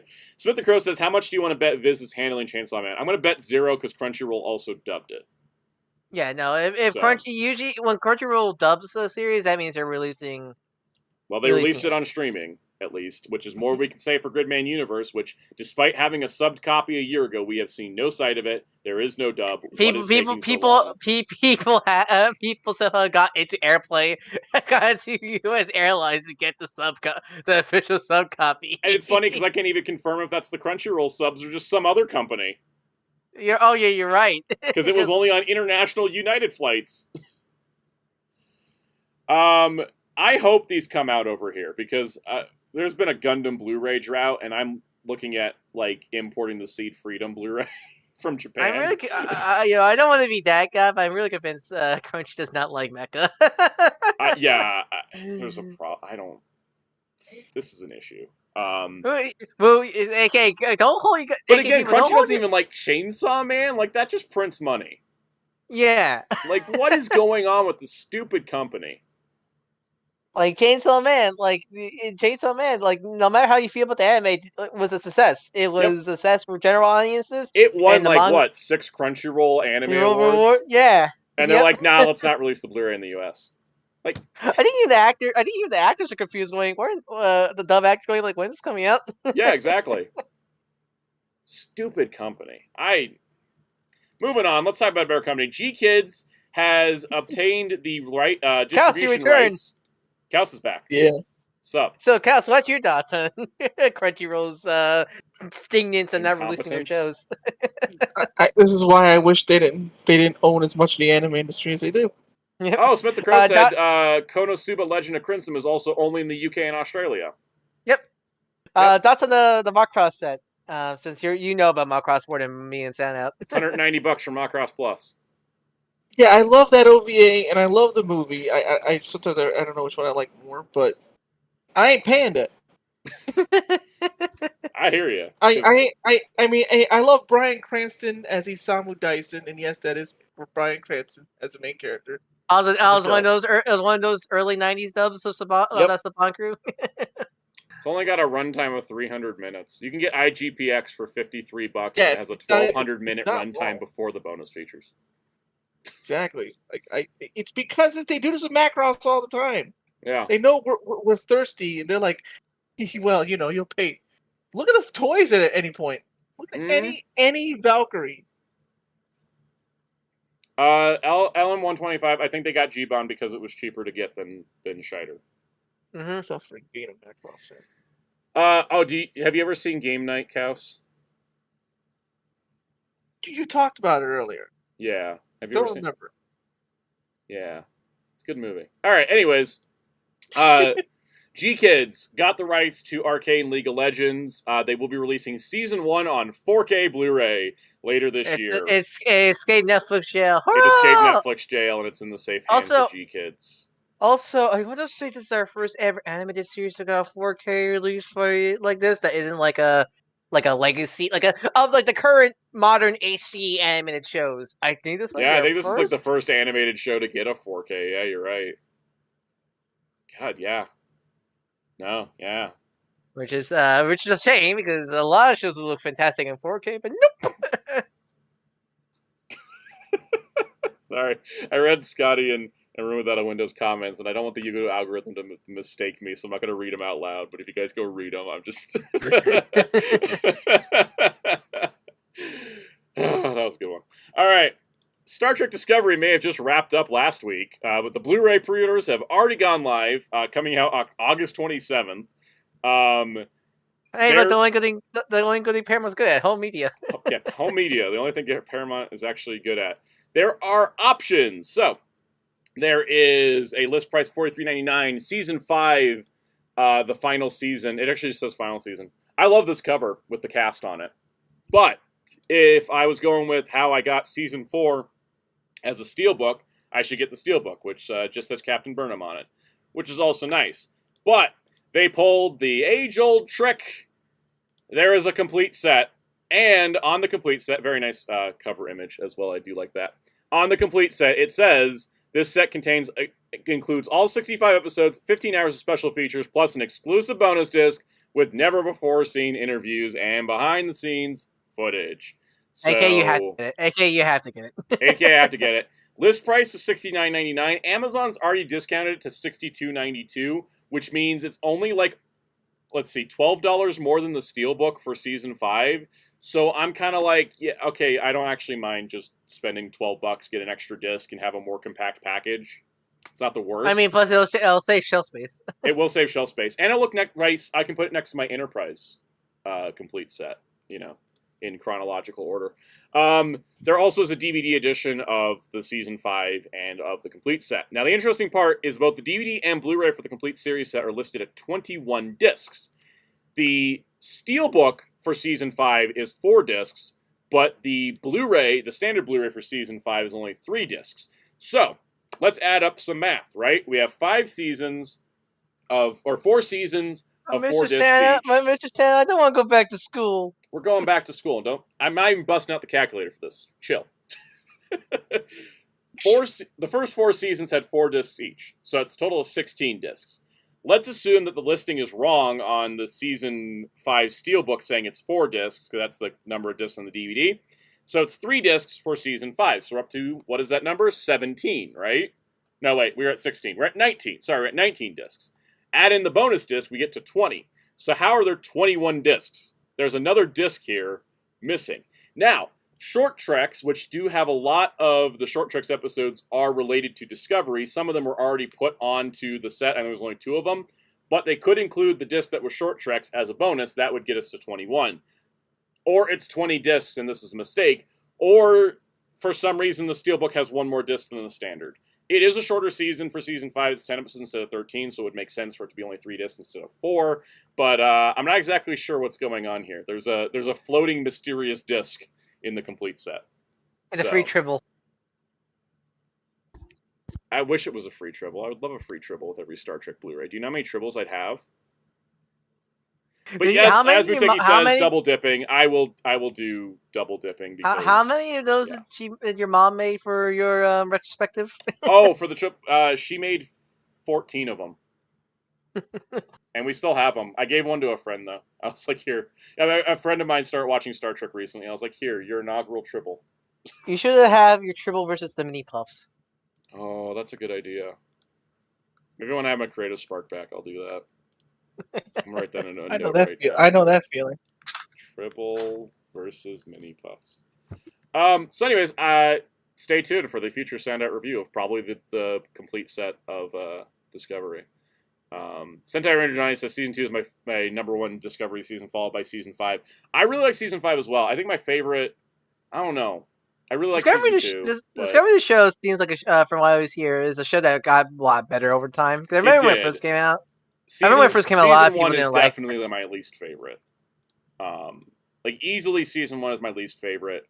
I like Season 2 a lot. I like Season 3, because I thought Season 3 did some really unique and interesting things. And Season 4 was, I think, understandably impaired by COVID. It's just there wasn't any way to avoid that, but it just kind of, like, you could, when you watch a show and you're like, oh yeah, this was shot during COVID.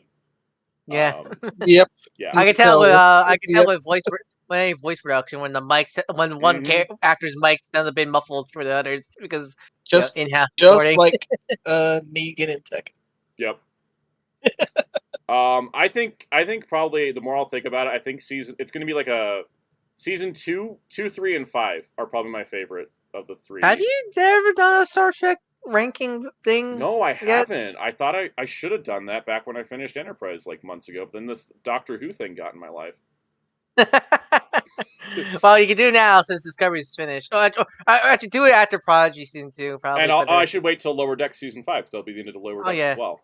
Yeah, dude. Yeah, I'll wait. We'll do a Star Trek tier list on a live stream after Season 5 of Lower Decks, because then that way the only not complete show will be Strange New Worlds. Oh god, that's bleak.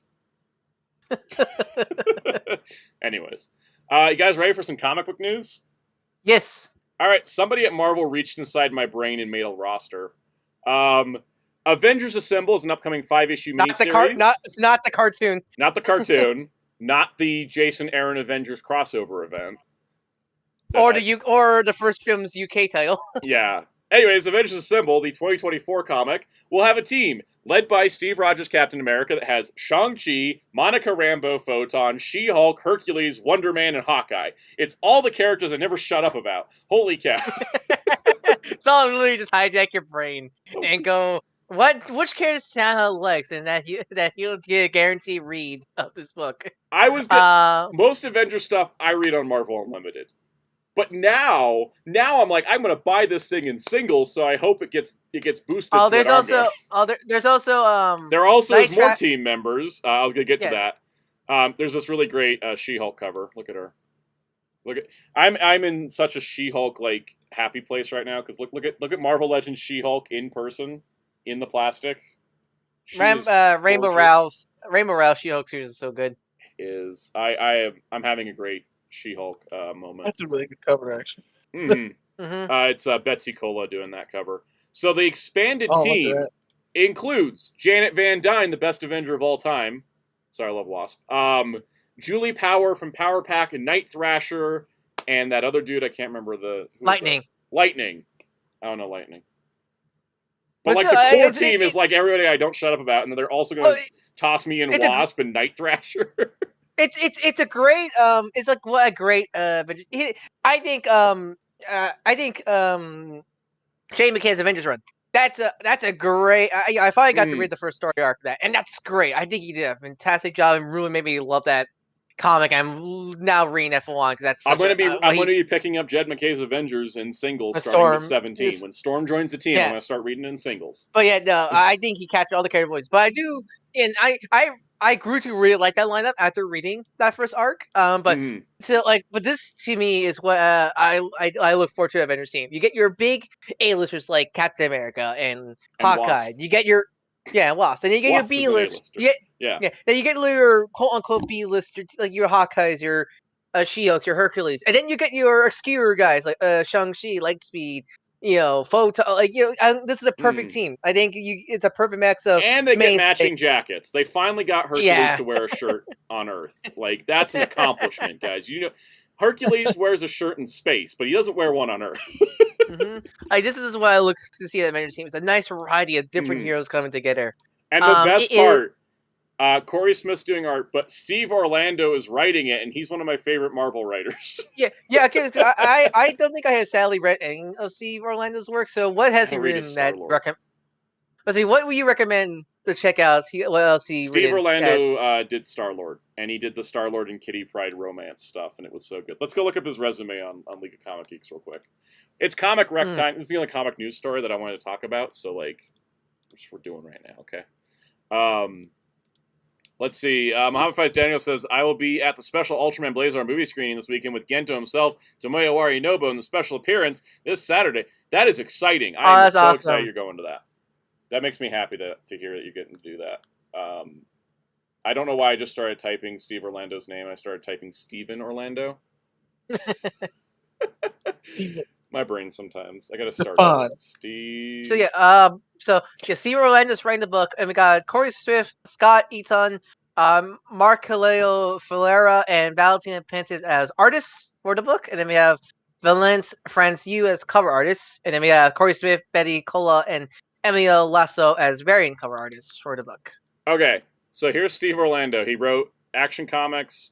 Oh, he's doing the Annihilation 2099 little mini weekly series thing, which is great because I love Annihilation and I love 2099 stuff. Man, I think he does. I think we have a hive mind thing going on. He wrote Batman Beyond. He's done a bunch of Batman stuff. Crypt of Shadows was a one shot that featured Werewolf by Night. He did a Darkhold weekly comic thing. He contributed to that. Which DC versus Looney Tunes did he do? He did something in this. Okay, it didn't specify. That's the trade. That's why. He's done stuff for DC Pride, DC Rebirth. He did some stuff with Doom Patrol.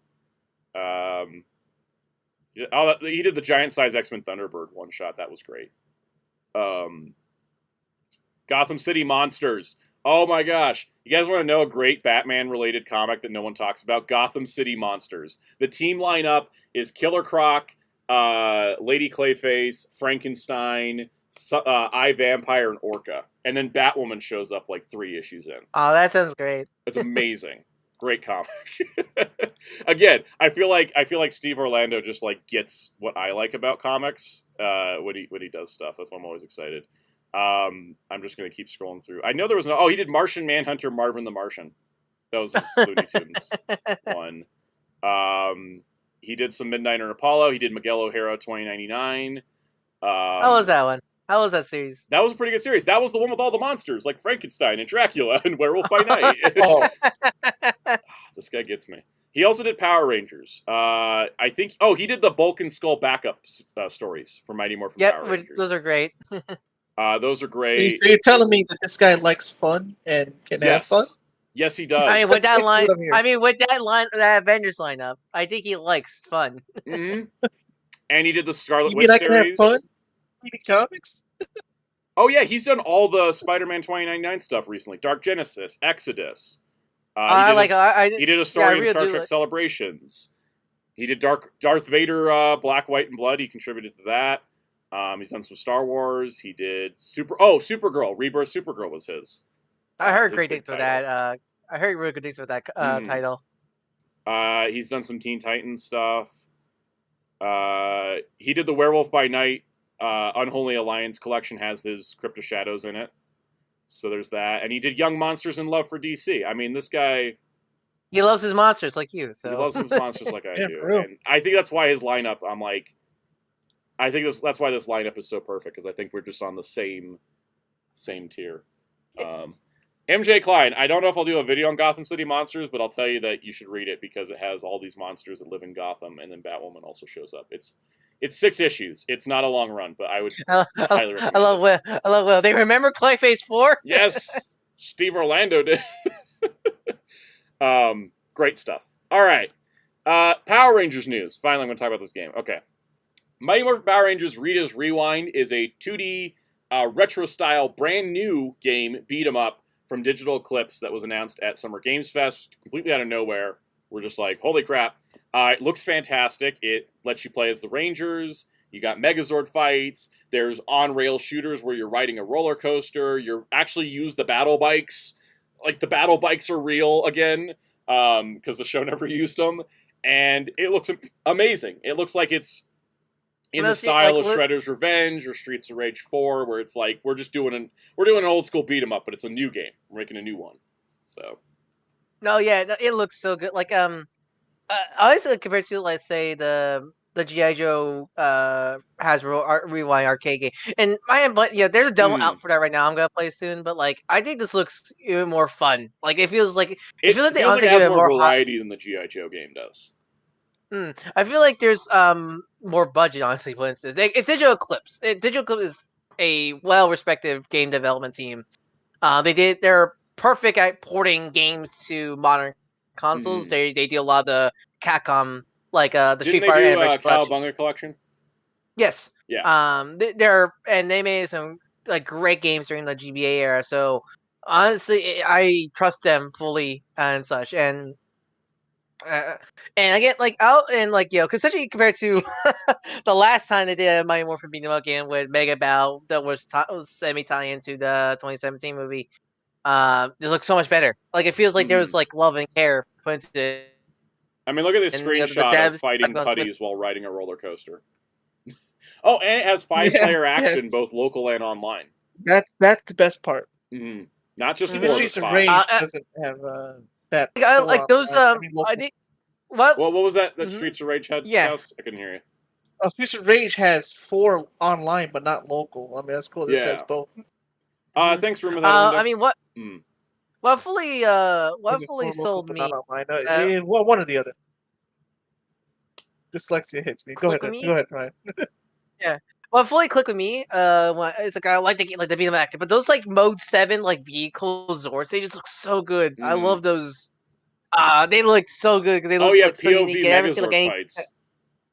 Yeah, we're getting punch out. We're getting punch out like Megazord fights, like finally a Megazord fight, and because every time they do a Power Rangers game, the Megazords are usually just like quick time events, which is always boring. So like then to make it like this Rock'em Sock'em robots, like yes, I love that so much. And yes, we have noticed there is a green car. I imagine the Green Ranger is unlockable, probably White Ranger as well.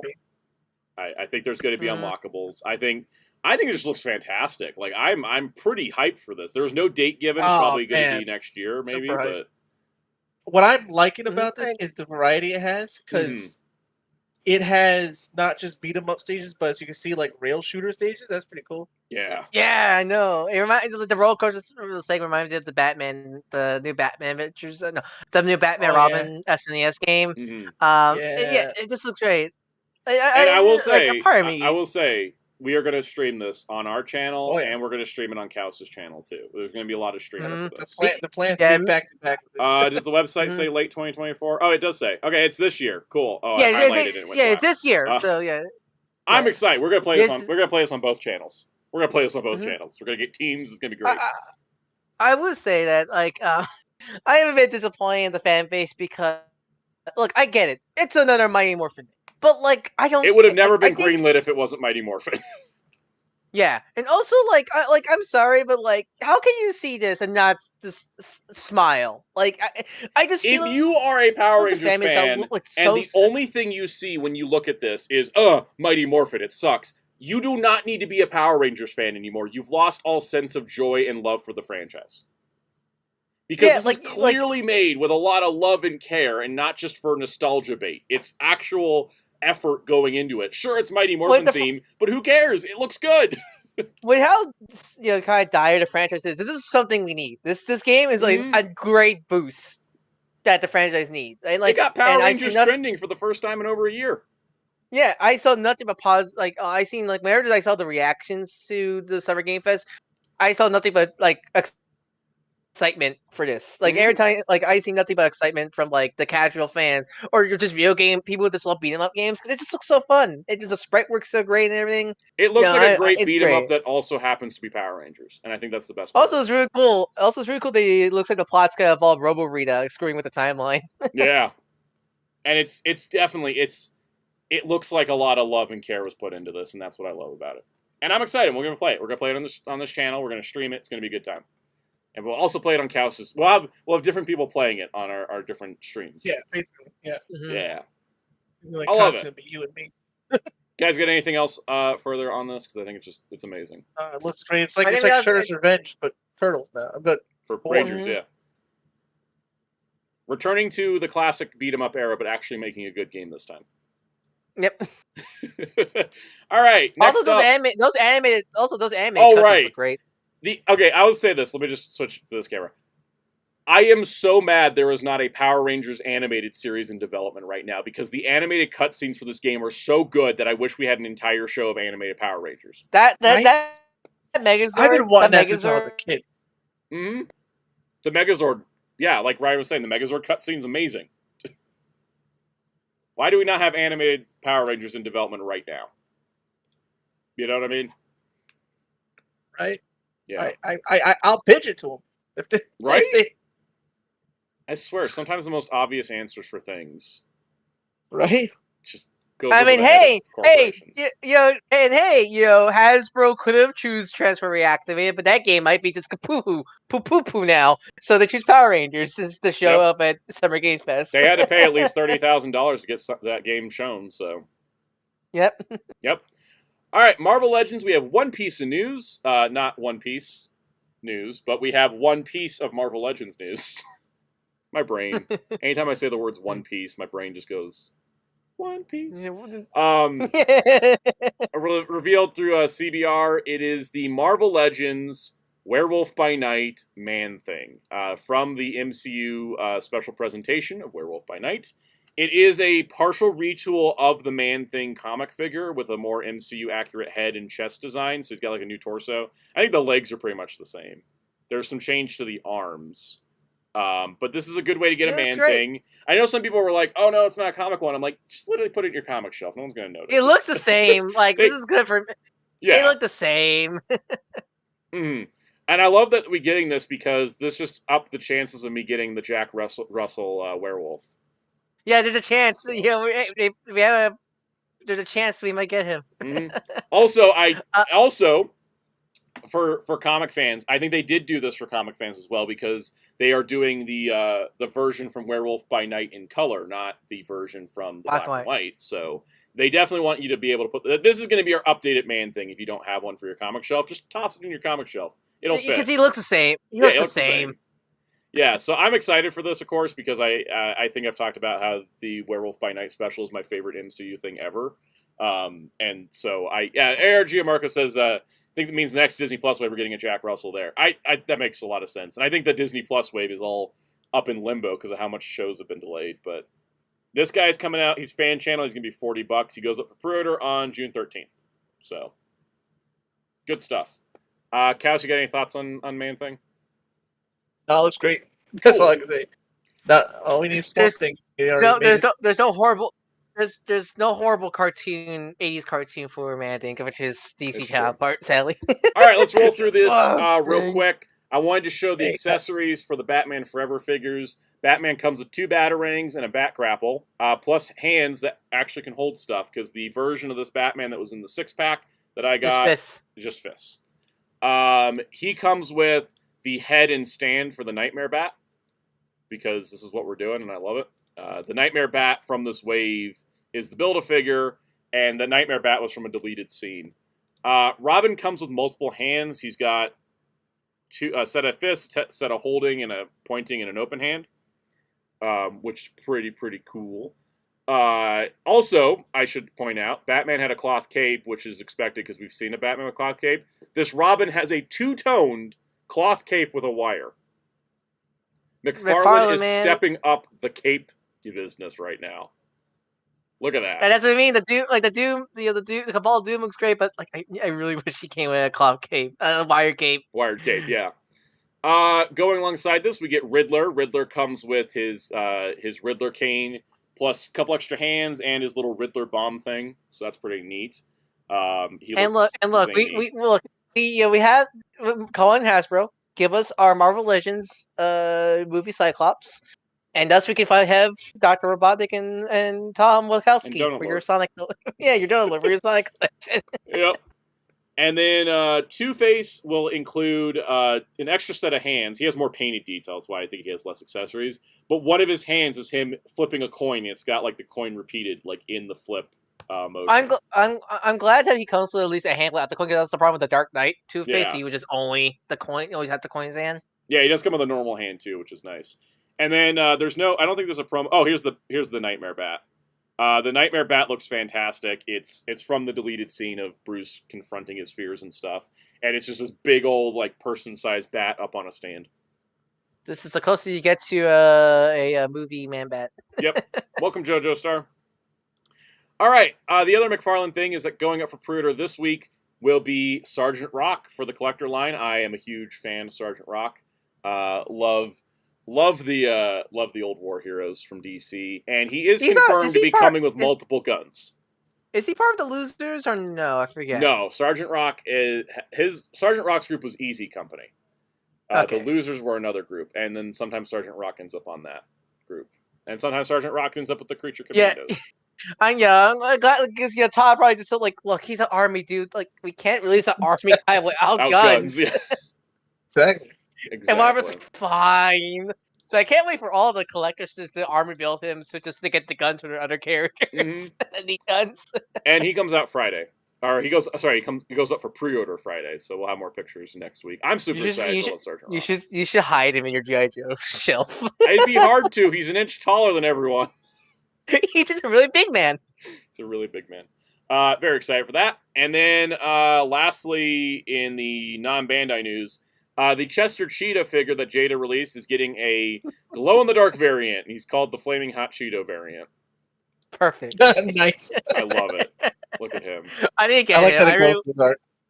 He comes in the Flaming Hot box, too. The best part is he's like actually a good figure. That's the best part.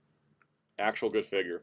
Let's do some Bandai news. A lot of this is kind of, we're going to look at it real quick and give quick thoughts and move on, because it's one of those days. It's one of those days, you know?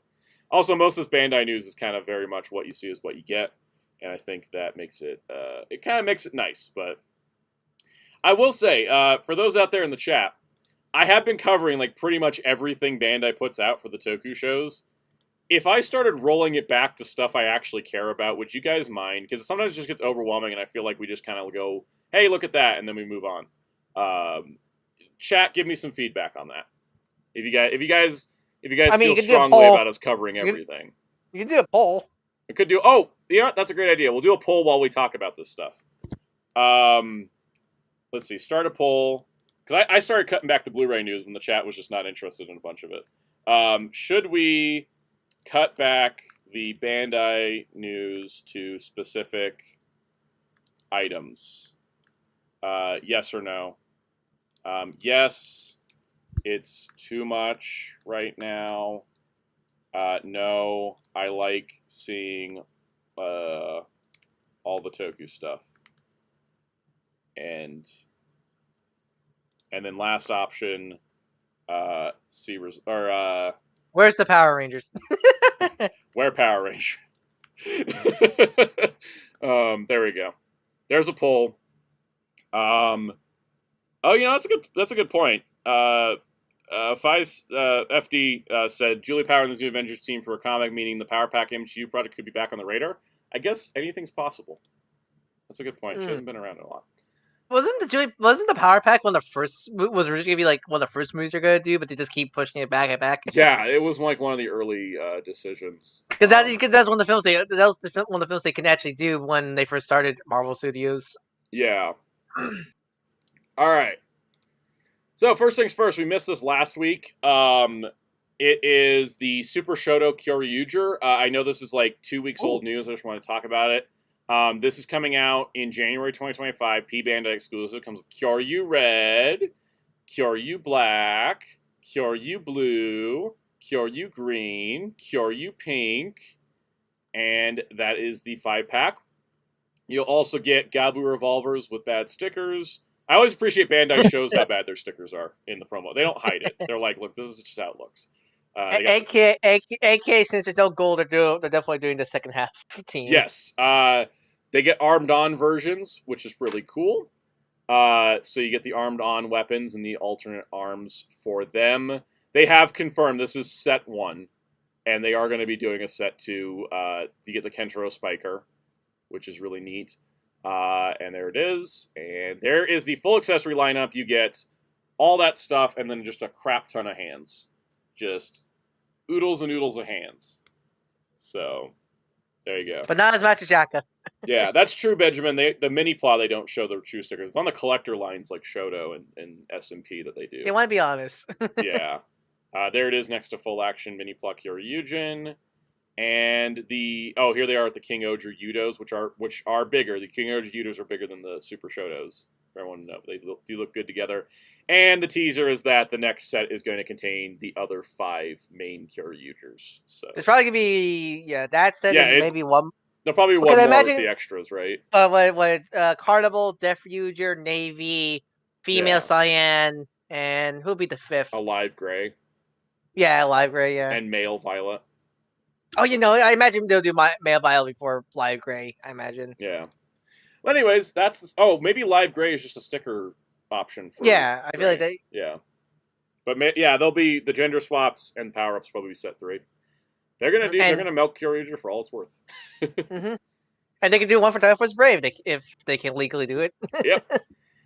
All right. Figure Eye Standard Amplified Wing Dragon of Ra. Looking raw as heck. It looks amazing. We've been seeing some promo images for it, but this is like our first time with the full info. This is cool. I think this is our first Egyptian god, right? Yeah, he can semi-go into his egg mode. Yeah, he can kind of egg up. It looks like there's a lot of. It looks like there's like a lot of joints in his wings. By the looks of it. And this is going to be. It's a pricey kit. It's 8,470 yen. It's release. big. Big, it's a big and kit. Yeah, it's 400 millimeters by 300 millimeters. It's huge. But it looks like another great Yu-Gi-Oh figure. Smith the Crow says, "Can I use Yu-Gi-Oh monsters in Gunpla tournaments? Maybe. They are Bandai model kits. Go forth, Exodia!" Yeah. Just instantly wipes the field.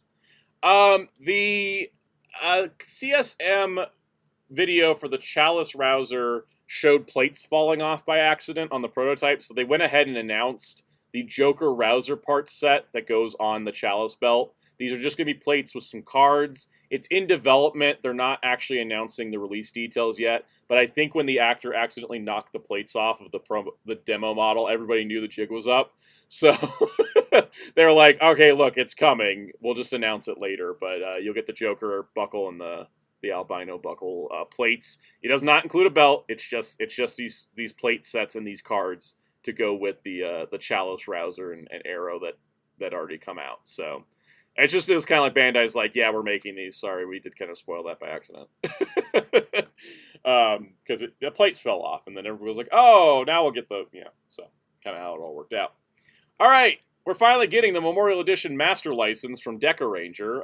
Kind of surprised it took this long, but they waited until Deca Ranger 20th came out in theaters in Japan. They waited 10 years to make it. Basically. It is the Super Sentai Artisan mold with enhanced features for sounds and voice lines and music, same way that the Memorial Edition SP license was. So I'm excited because I wanted the Master License. Hopefully we'll get other licenses, but this, of course, is Doggy Kruger themed. And it does have 3 songs. It's got Midnight Deca Ranger, Girls in Trouble Deca Ranger, and Deca Master Never Stop. So, pretty cool, and I'm looking forward to this because I really have wanted the Memorial Edition. I didn't want to go back and buy an SSA. But it was weird. They announced a sword, but they didn't announce this changer until now. I'm really hoping it has his theme song, and I want that smooth jazz. It does. It does have his theme Oh, song good. in it. So, Deca Master Never Stop is in it. Cal, do you have any thought on this? No, it's cool, man. I don't know why it took so long, but better. Yeah. Hey, I'm glad it's happening. That's the important part. All right, there's a new metal set. Okay, look, I'm going to be honest. I don't follow the CSMO stuff enough to know it's different from this than any other version. If these medals are ones you don't have, it's in a set now, and it will come out later. Spin that's not in the chat to help to tell us what these are. I think they're for people. I have his tweet here. Missed out on the O's Driver Complete Editions. Pick up just the new combos with the CSM Core Metal Combo Change Set, Kraken Bokataka, Super Tatoba, Imagine and Shocker, all 5 future combos, Kangaroo, Panda, Hermit Crab. Okay, so this one's just like, it's broken stuff, it's the broken metals, and then all the extra forms that go beyond the series. Cool. It's like 17,000 yen if that's your jam. Gotta love O's, right? Always will sell. All right, BoonViolet, debuting this weekend on Boom Boomger. We have toy details. So, the Boon controller is going to be his changer. It is part video game controller, part Formula F1 racing steering wheel, and part crossbow, because this is Super Sentai. You know what it looks like to me, his changer? It looks like whenever like cartoons in the show a kid playing like a video game. Yeah. It's like, oh yes, the Cube Boy Advance or something like that. It gives you that vibe. That's what it looks like for sure. The nice part is the sounds will be done through button combos. There's like 8 button combos you can do to get different sounds. Is a Konami code in there? Maybe. It's not officially listed, but... Cal, get this and playing like Shoryuken motions and Dragon Punch formations. Try. Zeltrax says it's energy controller from Yu-Gi-Oh! Yeah, I was just gonna say that too. Yeah. Yeah. It reminds. I see this. That means Konami. I see this. I get flashbacks to Go Under and Bokenger when they did, because you know how they had their steering wheel separate for those mechs. I remember back they releasing like LCD games for those. Like it's the wheel controller for the mech, but like they all have like an LCD game built into it. It reminds me of those a lot. Oh, definitely. Yeah. Also, that or the lost XA weapon. Yeah. That comes out June 22nd for 5,280 yen, and his mecha is Boom Mach Robo, who is a Formula 1 race car I love the design of the car mode. Let's get to the car mode first. I love he looks like he's driving himself. Exactly. There's not an individual picture of the car mode. What are you doing? Oh, here it is. He looks like he's driving himself because he's got the steering wheel right there. His hands are there. His helmet's there. And he looks like he's driving like a go-kart. It's amazing. That's what I love. And then his robot mode looks sweet as heck. And he combines like Mega Winger with Boom. It's been so long since we have a 6 Ranger actually combined with the main mech. It's been so long. Like properly, not whatever. Dawn Brothers. Yeah, like, I'm not counting Spire Kuminos because that's not combined. Yeah, that was different. Yeah, yeah. Scotty, he's not technically a bad guy. Despite being purple, he is technically the 6 Ranger, but he's got a rivalry with Red, so. I like him a lot more than the main mech. Because I think my problem with the main mech, because he's you can also hook up the controller and crossbow mode. It has a stand, so we can like fire. He's also compatible with the cars. Also, I'm not sure if the photo. But I like him because even though he's a bricko, so like the main mech. My problem with the main mech is he's like he has like so many hollow and like hollowness into him. Like this one is like looks like a solid brick toy. Like I do wish his feet popped out a little bit. because he does look at his tiny feet. Mm-hmm. That's like my only complaint. But like, yeah. he looks like a complete robot toy. My problem with the Mm. Boonmonger one, the main mech, he kind of looks like unfinished with those hollow arms and everything like Yeah. that. He just looks naked. So like I like him a lot more, and I think that's also why I like the evil version of the main mech also because he doesn't look as like unfinished that one either. Mm. It just additional like paint and the color scheme, which is a lot better for me. Muteki says no civilian mode. It does have one. They just don't show it. All you got to do is flip down his visor and then take his wings and his crossbow off, and then he'll look like the civilian form. Are you sure it's not Clark Kent? Put the glasses on. Put glasses on. Totally different person. Anyways, those look fun. All right, next piece of news. Here's some Ultraman Art Kaiju. They're new Kaiju for the series. These are the vinyl figures of them. There's that one, and this one. I like the designs. They look so like one. chunky looking. And then this one that's a deluxe line. That's a 2-in-1. He's 2 Kaiju in one. 2 different head. I'm glad that even though I don't think Arcwood has as many new Kaiju as Blazar, like they're just doing this Kaiju deluxe line. Mm. And I think that was smart for them to do that. Definitely.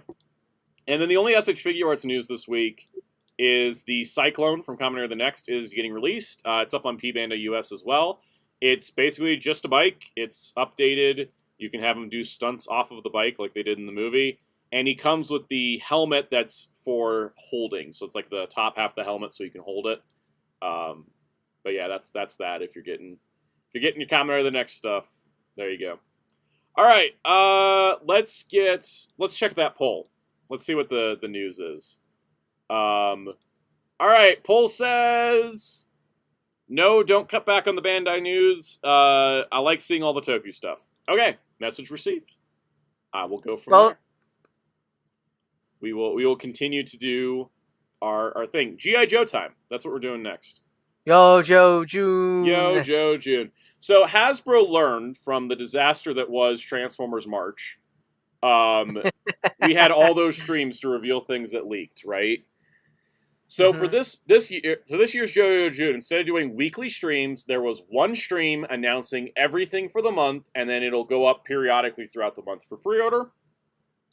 And then I think that was smart. That makes a lot of sense. And this time it was run by BMAC instead of Emily because Emily was prepping for SDCC, where they're going to launch the next G.I. Joe Haslab will be launched at SDCC. They shocked me to see BMAC here. It's like, oh god, they're evading. The other brands are evading. It's called Hasbro downsizes their staff, and everybody has to work 2 jobs. Yep. Anyway, so it's BMAC, Lenny, and Tony. Kals, are you ready to see the G.I. Joes? Excited? Yeah. All right. First things first, name-only reveals. They announced the name for Footloose. That was the only name-only reveal. Oh, I love that movie. So does Star-Lord. We got a render, though, of the Saw Viper, which, not too surprising. It looks like a Saw Viper.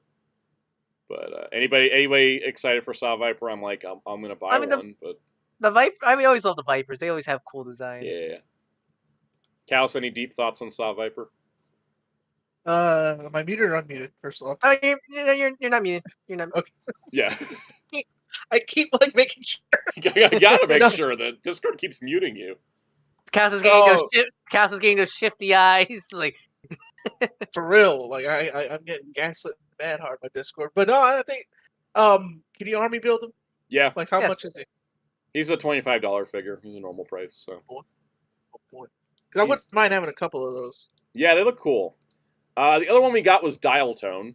He looks like the Brigadier from Doctor Who. He does. With the mustache and the beret. I'm just like, Lethbridge Stewart, what are you doing here? That's how deep in Doctor Who I've gotten. But he looks great. I mean, Dial Tone's a fun character to do. So the nice part. Love the weird, like, is that a drill, right? He has? It's a sonar thing. 'Cause he's a communications guy. Okay. Yeah, he's a communications guy. You Smith the Crow, when's G.I. Joe classified 4th Doctor? That's the day I just spontaneously combust from hype. So then we got the reveal of Alpine. Alpine was one of the previous name-only reveals, but Alpine's he's a climber. So he comes He with all looks his great. climbing tools. I love he comes with like actual rope and like the hook and all. Like, Yeah. I think the hooks were used from Shipwreck, isn't it? I want to say. Yeah, the hook's reused from Shipwreck. The rope, I guess, is reused from Wolf Spider. That's pretty cool though. But like, I really it's love actual, how you can actually have him climb. Yeah. I love how dedicated they are to making the whole climber look with him. Looks I was hoping great. he'd have a snowboard then, because of the name. Yeah, I mean, we need Arctic Mission Alpine with the snowboard, right? Exactly. I cannot yodel, Master Ben. I cannot. It's not. We're getting Iron Grenadier colored bats, which is I love how we just get bats in every team color. I mean, yeah. I'm really. They look like this is probably my favorite bat look. Love the gold. And they come with the clear plastic chests that everyone already made 3D prints of because. But they said that'll work on all the bats, of course. 'Cause it's the same mold. I missed out getting the. I'm not sure it's super, but I missed out getting. Was it the snow arc? Was it the Arctic snowback with the chainsaw? Arctic, yeah, the Arctic bat. So I love it's coming with the head and chainsaw that of the Arctic back with this one. I love that chainsaw and that head. Definitely. And so these these look like you're like near these guys give me that like near end game Mook get a fight where they're like this like the Mooks power up where they're like stronger now and stuff like that. Yeah. So they take longer to defeat. Let's see, and then Cass, did you have any thoughts on Iron Grenadier bat besides it looks cool? No, exactly. All right. I mean, I do like the color scheme. Yeah. Yeah. We're also getting Iron Grenadier troopers. Are Iron Grenadier like Destro's gang? Because they give me Deathstroke vibes. Yes, the Iron Grenadiers are Destro's army when he broke off from Cobra, and I really hope we get an Iron Grenadier Destro because he has a chrome gold head, which just looks amazing. I think because we haven't been since they put out Destro, hasn't it? Been? Yeah, I think our next Destro is going to be the Iron Grenadier version because we just got Metalhead, who's part of the group. Now we're getting the troopers and the bats. I think Iron Grenadier Destro is not far behind. It's definitely going to be the thing. And it looks amazing. And then the actual one I was most excited for, they also put the bat head on top of the Iron Grenadier and gave him the bat hands because they're compatible, which I think looks amazing. Are they also robots? No, but they could be if you want to be. Yeah, I guess, because they're just massive goons. We're getting version 2 Storm Shadow, the time when Storm Shadow joined the G.I. Joe team because Larry Hama said, why is our only Asian character a bad guy? So he's like, I want to write a storyline where Storm Shadow becomes a good guy. Okay, I didn't know about. Cause again, I'm very casual with G.I. Joe. I really do want to get more into it. So when I saw this, I was like, "Oh, that's a unique look." I wish it was a re-release of an older one, but now knowing it's the Joe look, and I'm actually now knowing it's the Joe look, I'm actually more excited now. Yeah, Larry Hama took it as because see, Scotty, when Master Ben Snake Eyes is not Asian in original G.I. Joe comics. He is a white guy. He was a blonde white guy who trained at a temple. But the thing was that Storm Shadow was the only Asian character until Quick Kick. But Larry Hama started writing Storm Shadow as a good guy before Quick Kick existed. Because this happened like before. And then they did this toy later to represent how he looked in the comic when he joined the Joe team. So, yeah, this is what I've been waiting for because I love Storm Shadow and I love Storm Shadow when he's a good guy. But question: was Larry Hama allowed to have Storm Shadow be a Joe for a long time, or did like Hasbro for? Okay, good. He was a Joe for a long time. He got brainwashed into being a Cobra again, but then he got turned back into being a good guy, but not affiliated. So he's had a whole arc for Storm Shadow. I'm glad because he didn't even ask permission. He just started writing Storm Shadow's like good guy story. He didn't even ask. I'm glad because I love like when Clayface was part of the Bat family. That was my favorite stuff, but got ruined to the point where he went bad again. So like it's just one of those like did they like that's great to hear that he was a lot of what Larry Hama did with G.I. Joe is just he does it and then see if anyone complains to him that he did that. Like Baroness, he created Baroness. Oh really? Okay. Baroness didn't exist in the toy line. But he thought, well, we need a woman on the bad guy side, so he created Baroness, and he thought about it was him and the artist that he was working with. They thought about it and they said, you know what? They're gonna have to make a toy of Baroness. How do we sell a toy to boys? Let's make her really sexy. That's why Baroness is like in black leather with high heels. That's the way to do it. Because they thought about it and they're like, no, we need to make sure they can sell her as a toy. So good. So good. Scotty says, my black friend always thought Snake Eyes was black. He was so bummed when it revealed from the backstory. That was the thing Larry Hama talked about this recently in one of the interviews he's been doing for the Kickstarter, and he said, the nice part about Snake Eyes and the reason why everybody loved him was because you could imagine anybody under the mask, but I wanted to tell Snake Eyes, give Snake Eyes a story, so that way he had layers to him, because if we just kept making him ambiguous all the time, the character wouldn't grow, and so... The way how Scotty worded that story, it's like, let's get flashback to the No Way Home scene with Electro and Andrew Garfield. Electro, I thought you were black. Oh, I'm sorry, no, man. I'm so sorry, man. Andrew Garfield's a treasure. And yeah, as AR said, Larry Hama, it's better to ask for business than to ask for permission. Exactly what he did. What was it that? What was it where I forget what was the context where did you hope for forgiveness when it's like it's better to ask for forgiveness than permission. Yeah. Permission. Yeah, I forget where that line's from. Where that line's I from. will say, Larry Hama also did this thing at DC. He was like, "Can we just stop coloring Asian people yellow?" And they were like, "Oh yeah, sure, why not?"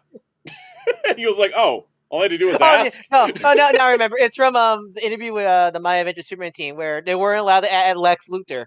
Oh yeah, so they just did it anyways. They just hope that they pray that they just they just go we'll just beg for forgiveness if they get put them in anyways. This wave is up for pre-order and is coming out. Says December. We'll see if it actually is December. Hasbro and dates. I think I saw Josh on Twitter because I think it was I forget what it was. I think on the deluxe specs. Yeah. Where it was like July coming June. Yep. What? Okay, keep doing that. All right, now going up for pre-order next week will be the next Retro Wave, including Stalker. I definitely want to get Retro Stalker because, I mean, look at him, he's Stalker. But I'm also like, maybe I don't need Retro Stalker. I'm trying to decide. I love this line deeply, and I want to buy everything, but I need to stop buying everything.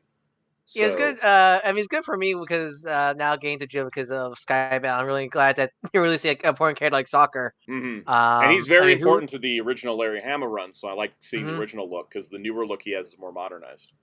Speaking of, what are your thoughts on the Scarlet, Kelly Thompson Scarlet? Kelly Thompson Scarlet's fantastic. I mean, in some ways she's just getting to write Black Widow again, but in other ways it's really good. I really liked the first issue.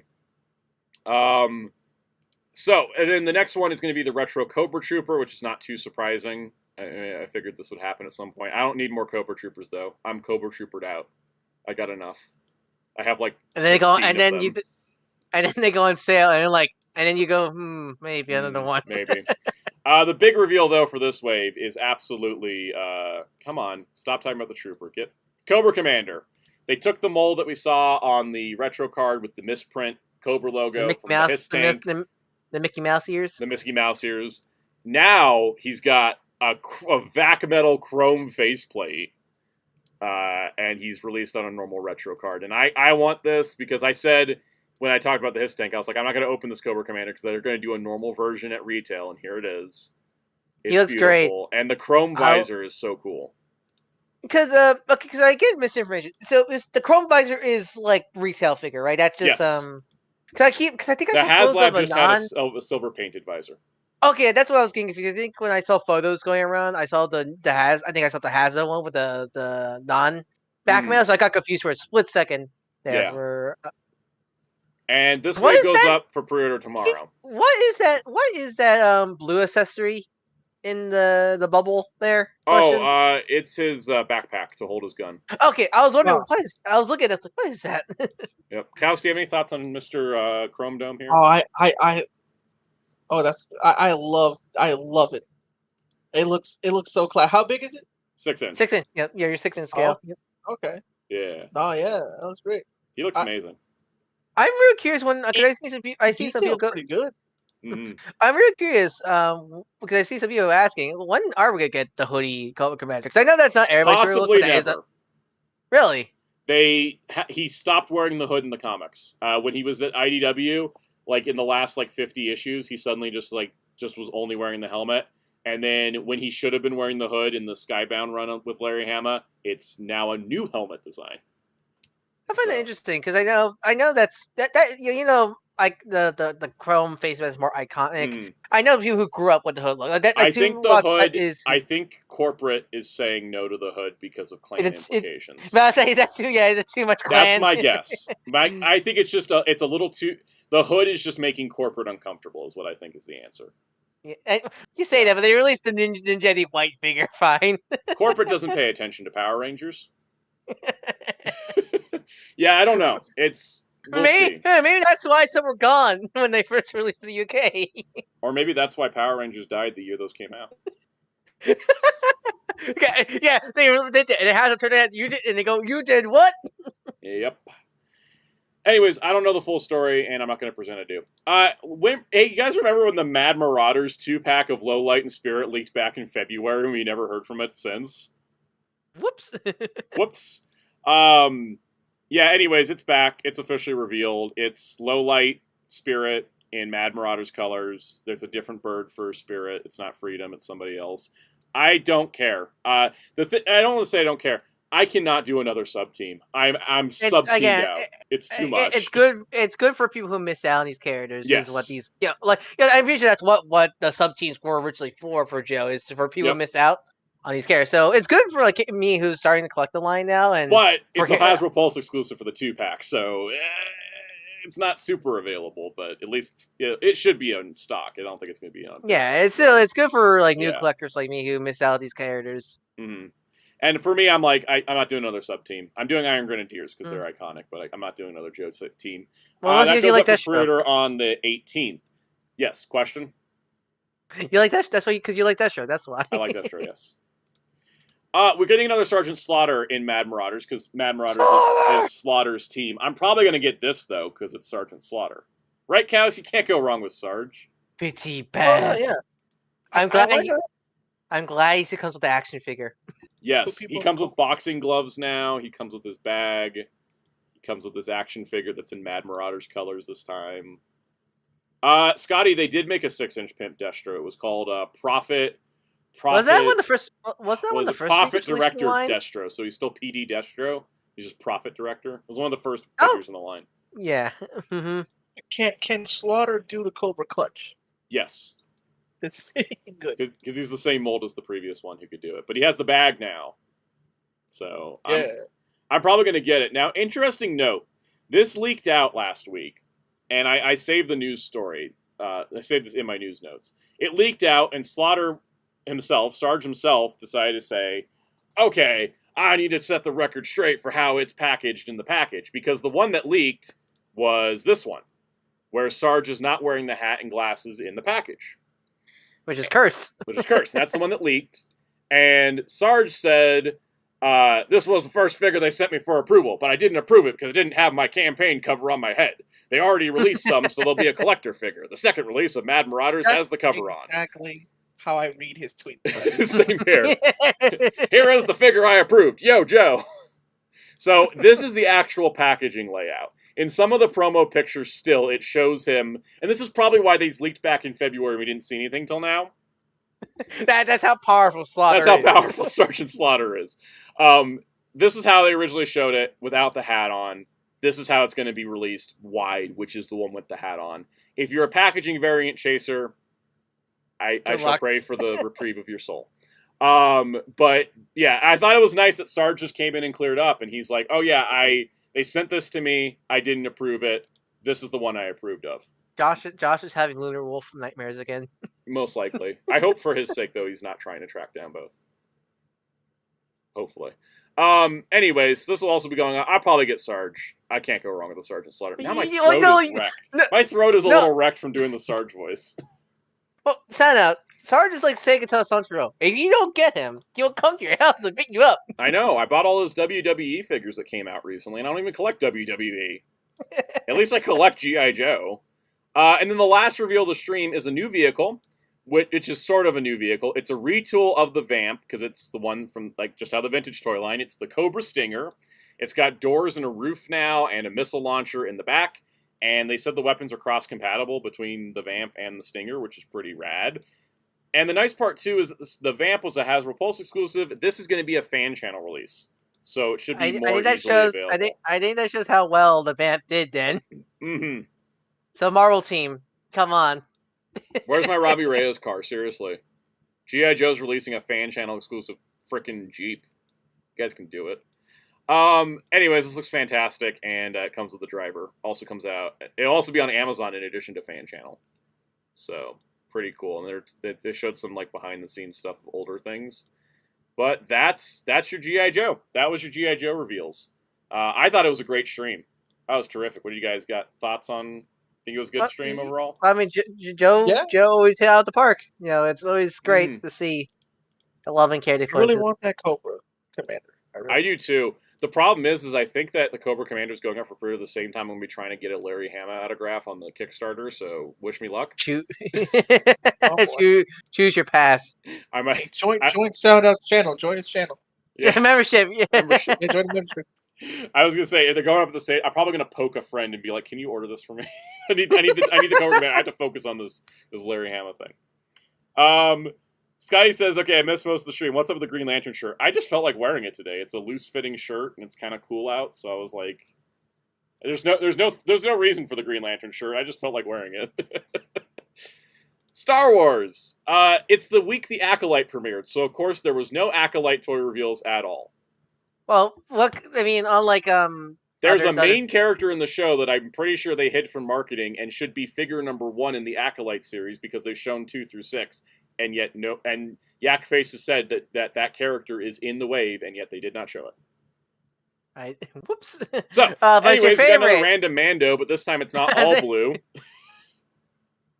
It's a rando Mando, but it's not all blue. It's only partially blue. You know, I really should just make a Photoshop edit of "Oops, all Mandos" eventually for the stream. Yep. This is a single pack Mandalorian Shriekhawk, Target exclusive, pre-order to be announced. And there was also a 2-pack called Mandalorian Shriekhawk Trainers, which is also 2 more rando Mandos. One of them's a woman, so that's different. And they are at least not all blue. I do wish they'd give these people names. They have unique armors in the show. Give them names, please. God. Should we talk about the cantina instead? Sure. All right. Newest Star Wars Haslab is the Star Wars Vintage Collection Mos Eisley Cantina playset. There are 2 versions of it. Vintage Collection, I'm assuming, right? Vintage Collection, yes. So 3.75-inch scale. You can get a $400 base package or a $500 deluxe package. They come with the same figures, regardless of the package. But you do get extra stuff with the deluxe package. So let's take a look at this. I think this looks pretty great. I think a lot of people in the Star Wars fandom love the cantina, right? Oh, it's like the most iconic thing. It's so iconic that every Star Wars thing feels like it has to have a cantina. So it's got all the details. It's got the bar. It's like the other playsets recently. It's modular. Everything moves. Everything connects. Walls plug together. You can make the little booths set up and everything. It got 8 round tables, 1 large rectangular table, 4 tall stools, 15 short stools, 5 single-seat chairs, 4 2-seat benches, 8 different types of cups, over 100 cups total, barware including pipes and accessories. So it is and a partridge with a chair tree. Yeah. And a partridge and a pear tree, indeed. You also get stickers, so you can have posters and graffiti on your cantina walls if you wish. Pretty cool. You're going to get figures included. The first one, of course, the bartender. His name is Wooher. I never heard that in the movie, but they gave it to him anyway so that the toy has some distinction, freaking random Mandos. I need to chill. I was talking and y'all heard nothing. Don't you love this talk? What do you say? What do you say, Kels? Oh no, I was just talking about if it's worth it, and the you know what it should have. Yeah, this would make it worth it to me for sure. Even though it comes with a lot already, a little button somewhere, a little tiny music speaker to play it. Yeah, exactly. That'd be great. I hate how companies are like opposed to putting in like speaker boxes. Because my old Simpsons playset that I. The world of Simpsons list, yeah. Yeah. Put them in there, and they'd have voice lines and stuff. Why not? One of my favorite Easter eggs for about the containers too in the Lego Star Wars game, Complete Saga game. If you turn off the music, the band in the container will just stop playing.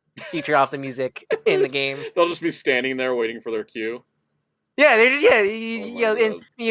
have the music out. They go, you're playing the flutes and everything. Turn the music off. They just stand there. That's amazing. No, this set does not come with B. Arthur, even though I would love for it to come with B. Arthur. Stir whip, stir whip. You will also, including in this, is the Tanaka sisters. Now, I gotta tell you guys, these are the most demanded Star Wars characters of all time. I'm not even kidding you. There's never been figures of the Tanaka sisters. They're like these iconic looks. And the reason why is because they were played by twin sisters, in real life twins. Are these like background characters? They're background characters. But here's the thing. One died, and her estate will not let the rights go to make a figure of her. Okay. And so for years, Hasbro has been pushing and prodding, and different people have been trying, and they get one sister's thing is like, legal's all good to go, the other no. And it looks like they finally figured it out after trying for 20 years. That's great. Well, that's great to hear then. Yeah, so Senni Tanaka and Brea Tanaka finally getting toys in, and it makes sense to sell them at the cantina. And I would bet you they probably had to put it in a Haslab to pay for the cost. I imagine that one estate was asking for a lot. Now the deluxe pack, if you pay the extra $100, you will get 3 additional modular booth sections, 5 additional short stools, 2 additional single seat chairs, 4 additional seat benches, 6 additional round tables, 20 more cups, and unique wall decor. So you will get extra stuff if you want a more... This is to like basically fully enclose the playset. So you get like a half enclosed, or I'd say a 3/4 of it you get for $400, but for $500 you get a full enclosed. I think that's fair, and both tiers add to the overall total. So I think that's smart too. It will have classic nostalgic packaging. And the tiers are going to be interesting. So the first tier is a new Greedo, updated articulation and stuff, with an exclusive card back. The second tier will be a new figure of Nabrun Leeds, who's a four-armed dude that was in the bar. They did say, I think from what I understand, it's going to be like the Rebels tier unlocks for the Ghost, where they're going to have exclusive cards in here, but they'll probably get retail releases later if they get funded. So I think that would be pretty cool. And then their third tier is Areli Shokus, who is the crazy-looking werewolf dude. And if he came out at retail, I'd buy him, even though I don't collect Vintage Collection. So, I mean, look at him. Did the scrub that race the maim decide this right in Werewolf by Night? Werewolf by Cantina. I can't. So it needs 8,000 backers for the base goal, 11,000 for Tier 1, 14,000 for Tier 2, 17,000 for Tier 3. It is currently, it's been up since, I think, when did it go up? Thursday? Thursday, I think. Thursday or Friday it went up, and it's already at halfway there. It's at 4,133 backers. 28 days to go. I think it's going to make it. You guys think it's going to make it? I think the Vintage Collection fandom's hungry enough. Yeah. Yeah. What do you think, Kaus? Do you think it's worth 400 or 500, depending on how you lay it out? That's what I'm trying to think. Like, in a way, yeah, but in a way, I don't that much, you know. Yeah. I think the Vintage Collection fans who have been demanding this playset and demanding some of the lesser known characters are going to do it. That part is, yeah. But especially the consistence. Like yeah. Scotty says $3.99. Are people starving themselves to buy this stuff? Hopefully not. Like, by all means, never buy a $400 toy unless you can actually afford it. Like, if it comes down to food or Star Wars toy, buy food, right, Cows? Yeah. What? Oh, yeah. You don't want to eat ice soup the next week. Yeah. But the thing is, with Star Wars, especially because it's a 45-year-old franchise, there's a lot of collectors out there that have been collecting since the beginning that are in their like 50s and can just drop $400 because they have stable careers because they're from a generation that was able to create stable careers. Exactly. Like me personally, I think I like the Cantina, but it ain't worth $400 to me. And then you get the devil's advocate, and then you get the devil's advocate where those people are also sadly bigoted half the time. Yep. Scotty says I have the original Cantina playset from the 70s. I'm good. I think that works too. Like, I think for a lot of people, it's good. This is the hardcore people, right? The people that have room for this too. This thing's huge. Yeah, exactly. So I think that's another factor as well. Let's see. Oma Ender says if this was 6-inch scale, I'd be interested. I think 6-inch would just be too big. It'd be $1,000. I don't think it would happen. Also Black Series is a Black Plague. Black Black Series Series is a Black Plague, Plague on Haslabs. Scotty says $400 for 5 minutes. I appreciate Scotty's very level-headed opinions on Star Wars because it's true. But the thing is, I think it's one of those people obsessed over it on VHS over and over. It would and only over be again. an instant buy for me if it has the little switch for the music.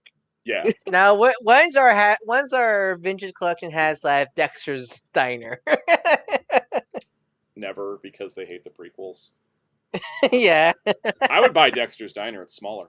And then if they ever wanted, and then what? Maz's what was the Force Maz's Awakens place Palace. called? Palace. Yep. Hey, you want to see a Haslab fail more than the Rancor? Maz's Palace. No offense to Maz Kanata or Palace, but like just sequel fans don't get toys, so there's nothing to go with it. Let's see. Room Down Window says most Black Series folks ended up moving over to Vintage Collection. Yeah, I think because Black Series just kind of sucks. Poo poo. Yeah.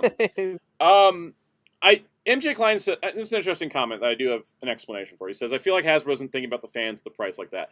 It's not Hasbro, it is Disney, because every product Disney tax. Disney has a very high percentage they take for the Star Wars license out of every single product. So the price always goes up. Like the more it goes up, the more it goes to Disney. So Hasbro has to raise the price to accompany that.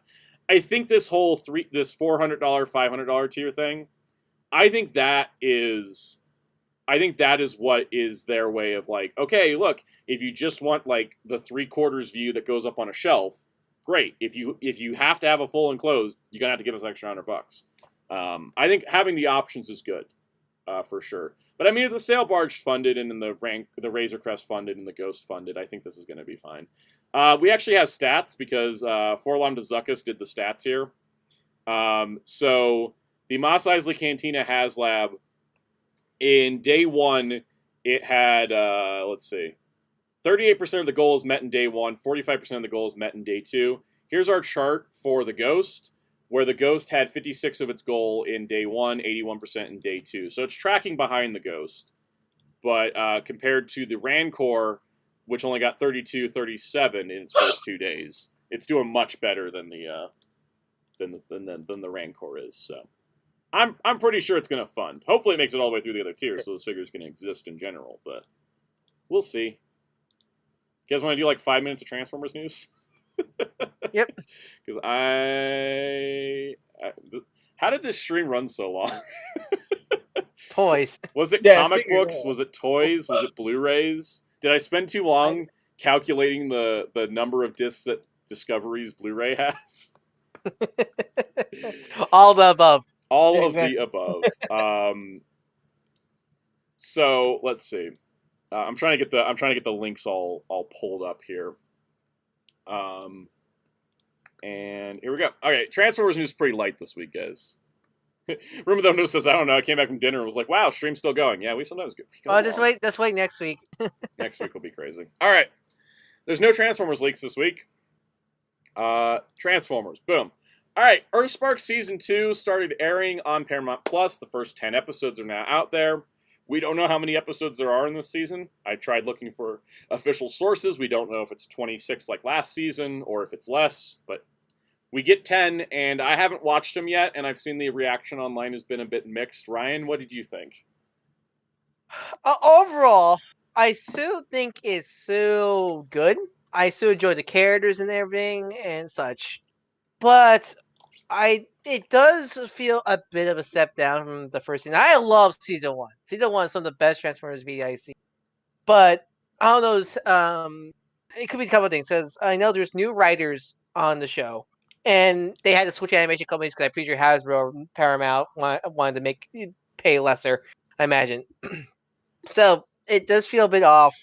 And I don't want to go full spoilers, I'll wait to sound see it, but I just feel like it feels like as a follow-up from season 1, it doesn't feel like it feels like as a follow-up from season 1, it feels like there's like holes missing. It's the best way to describe it. I just feel like the writing, it's not like bad writing at all, but it doesn't feel like as strong.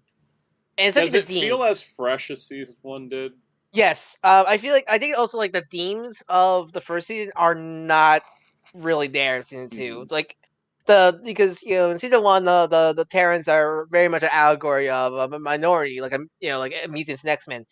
They really don't talk about that much in season 2 so far, and again, I don't dislike it, but I when I finished watching the batch, I did feel a bit underwhelmed and underwhelmed compared to every the like batch of season 1. And essentially I really was not too big on the finale batch, the last episode of the batch, because I feel like they were saying things up and then it just kind of ended. Again, I don't want to spoil it that much until you watch it, but still, again, not bad, but not as strong compared as to season 1 is the consensus yes, I'm getting from that. Jojo Star says, "Should I watch Earthspark?" I think yes, right? I think it's a yes. season 1. If you're Again, interested in it, you should watch it. Again, season 1, I think, is some of the best Transformers media out there. It does something fresh and new, and there's some incredible themes in it and such. Season 2 is the best way to describe it. It feels like a more traditional Transformers show, for good and bad. Is the best way I can describe it.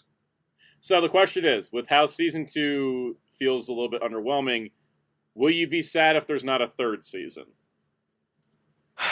I am sad that I'm more disappointed at Hasbro for not taking really how poor. I'm more disappointed at Hasbro because I feel like a lot of the problems season 2 is very much I can feel the Hasbro mandates. You can feel the corporate boardroom in it, can't you? Sadly, one of them, and I don't know if this because of how the episodes were like spread out or such, but Nightshade has no focus episode. Oh my god! Trash, Twitch, Jawbreaker, hashtag have focus episodes, but no Nightshade. They just left them behind in the and they're still in the show. They're still in the show and they're part of the plot and everything, but there's no focus episode on them. And a part of me, they got the Megaforce Gia treatment. Yeah, a part of me sadly feels like that was a response to stupid Fox to the fake backlash. Thing. Yeah. Which is sad because and again, let's just hope they're saving all their stuff for the second half. And that's what I'm hoping. But that's what I'm really hoping. But really, it really did feel like that. I could tell that season 1 was such an experimental thing. They just had to just let the team do whatever they want, and then they got chicken feet and decided, okay, no, we need to go back to the Decepticons. We need to go back to good and evil. No gray, no moral. There's good or evil, all that stuff. It didn't feel like they're continuing a lot of stuff from. It feels like a step down then. Yes. Yeah. And which is disappointing. And if it ends with this season, I'm not surprised. I mean, surprised because especially with how Hasbro was treating the series and everything, I'm not surprised, and that's disappointing because I think season 1 was such a breath of fresh air in Transformers and such. Because I wasn't too big on Piece of Machines writing wise. I think that was also a great, great bringing new stuff to stuff. And while I wasn't too big on it, I too recognize that Beast Machines was like breath of fresh air also for Transformers, and that same with Earthspark season 1. Yeah.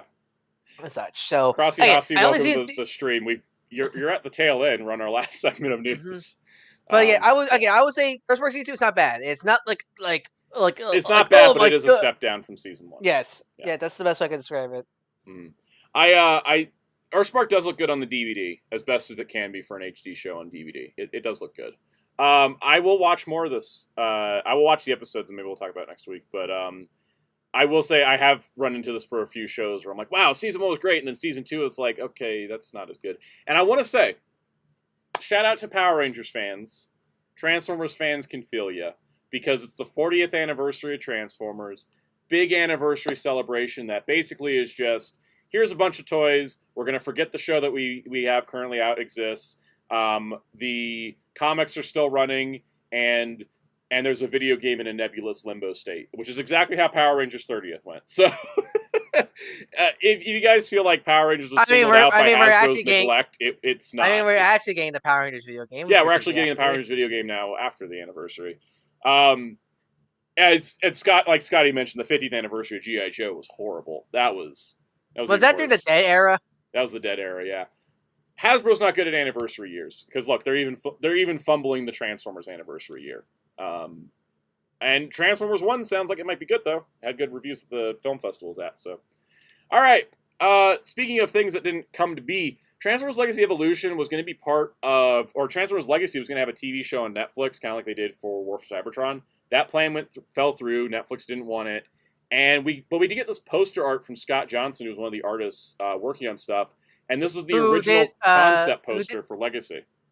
Who did a lot of Scott Johnson did a lot of the, you recognize that man, he did a lot of the Marvel Evergreen 2000 art. So yeah, this is just the main packaging art of Legacy Year 1 with but the only and then big it has difference the is canceled Straxus design because Straxus is going to be redesigned completely in the villain of the Legacy series, but that never happened. Also, I'm not disappointed here.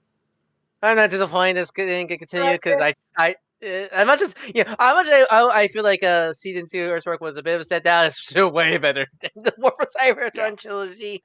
I do not like the War for Cybertron trilogy. War for Cybertron trilogy was very painful to get through. Yep. So, Psycho says, "Police are getting new figures. We got more Power Rangers Lightning Collection the year that the line ended than any other year. Just sad.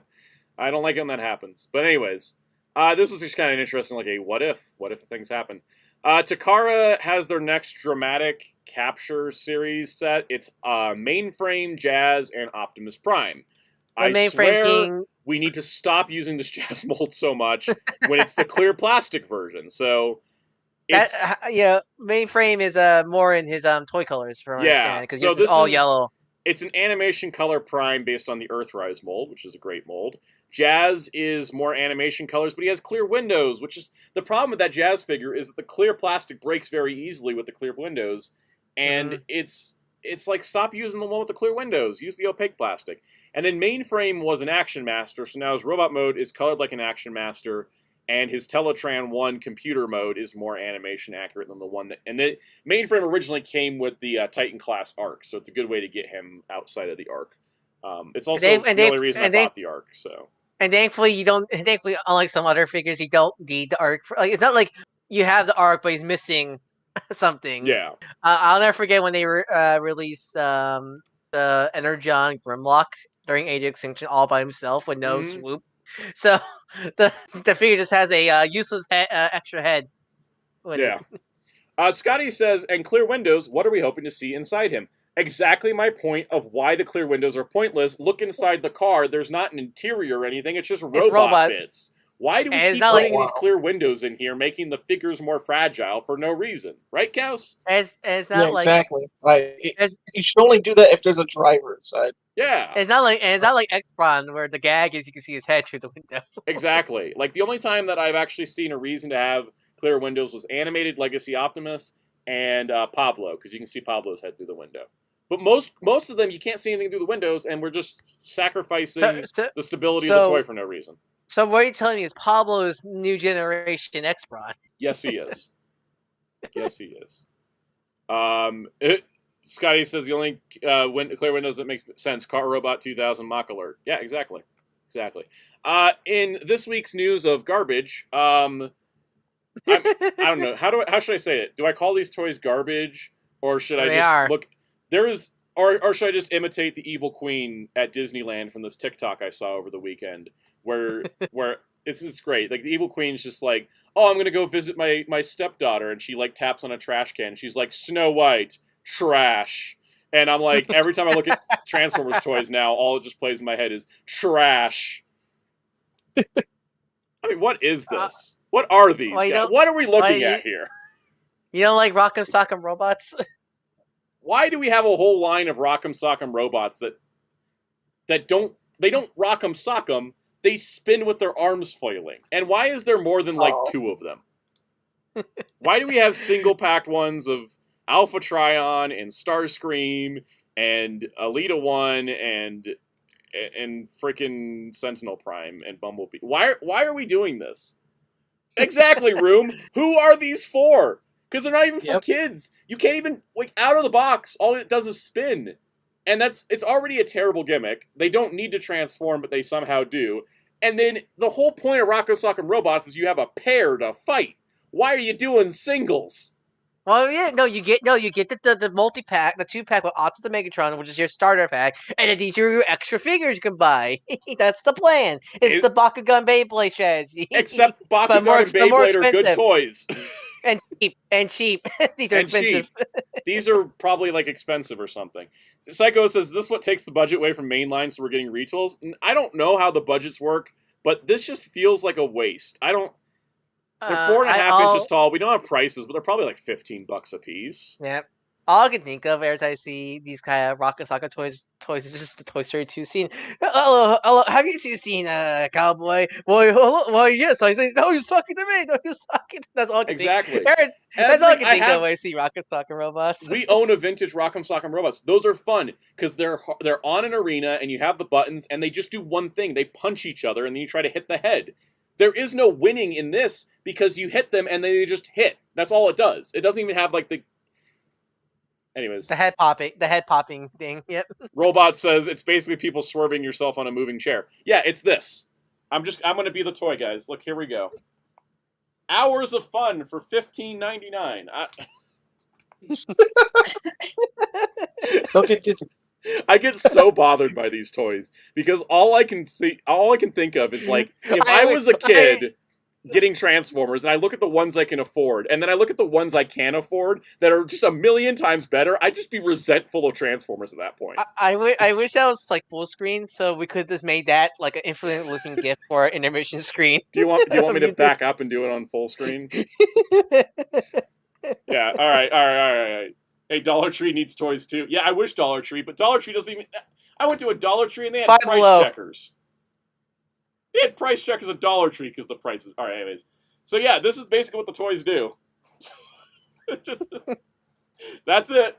That's your toy for probably $16. It's like Room says Happy Meal toy looking, and I like legitimately. I don't like to call retail products Happy Meal toys, but like they look like them. Like I saw people call I saw in a comment of a review of the Marvel Legends Thanos and Iron Man 2 Infinity War 2-pack, and some of the comments like that looks like Iron Man looks like a Happy Meal toy. I'm like, are you serious? Like that is people's lack of intellectualism to be able to only come up with one insult towards a toy. But this time it works. Yeah, because like the Marvel Legends Iron Man, like gold paint, multiple paint apps, comes with multiple accessories. Every time I see that, like someone lobs the Happy Meal complaint at a Marvel Legend, I'm like, what Happy Meals did you grow up on? I want to know. Where's your magical world of Happy Meal toys? I can say Beast Machine's Legacy Cheetor looks like a Happy Meal toy because he has the same number of paint apps as his Happy Meal toy. And they're both show accurate. Yes, they are. Jojo Star says, "Therefore, oh god, I need something to shut up my kids up, parents." Yeah, but I think those carrots are going to be like $16. Yeah, but you say that, but it's called their iPad. I was like, iPad took over that job too. Scotty says, "Batman TS Happy Meal toys got me back into toys in the '90s. Those were good toys." Anyways, there's one last Transformers news. We're getting Wave 4 of Legacy United revealed this week while the dates move up on Hasbro Pulse UK for Wave 3. And it will be, they said it's the last Legacy United wave of the year. They're going to reveal stuff Tuesday and Wednesday, and on Thursday they're going to reveal exclusives and things will go up for pre-order. So it's weird as that fan stream, but it's like I guess there's going to be like drop a video. Just like, they're going to drop it on social media, I guess. Like they're just going to it stops the leaks. I don't think we have any leaks yet for Wave 4. Yeah. Which is nice. It is nice. So, yeah, it'll be pre-orders going on Thursday. It'll be Legacy Unite Wave 4 and 2 exclusives. And that's the news. That's the way the cookie crumbles. I'm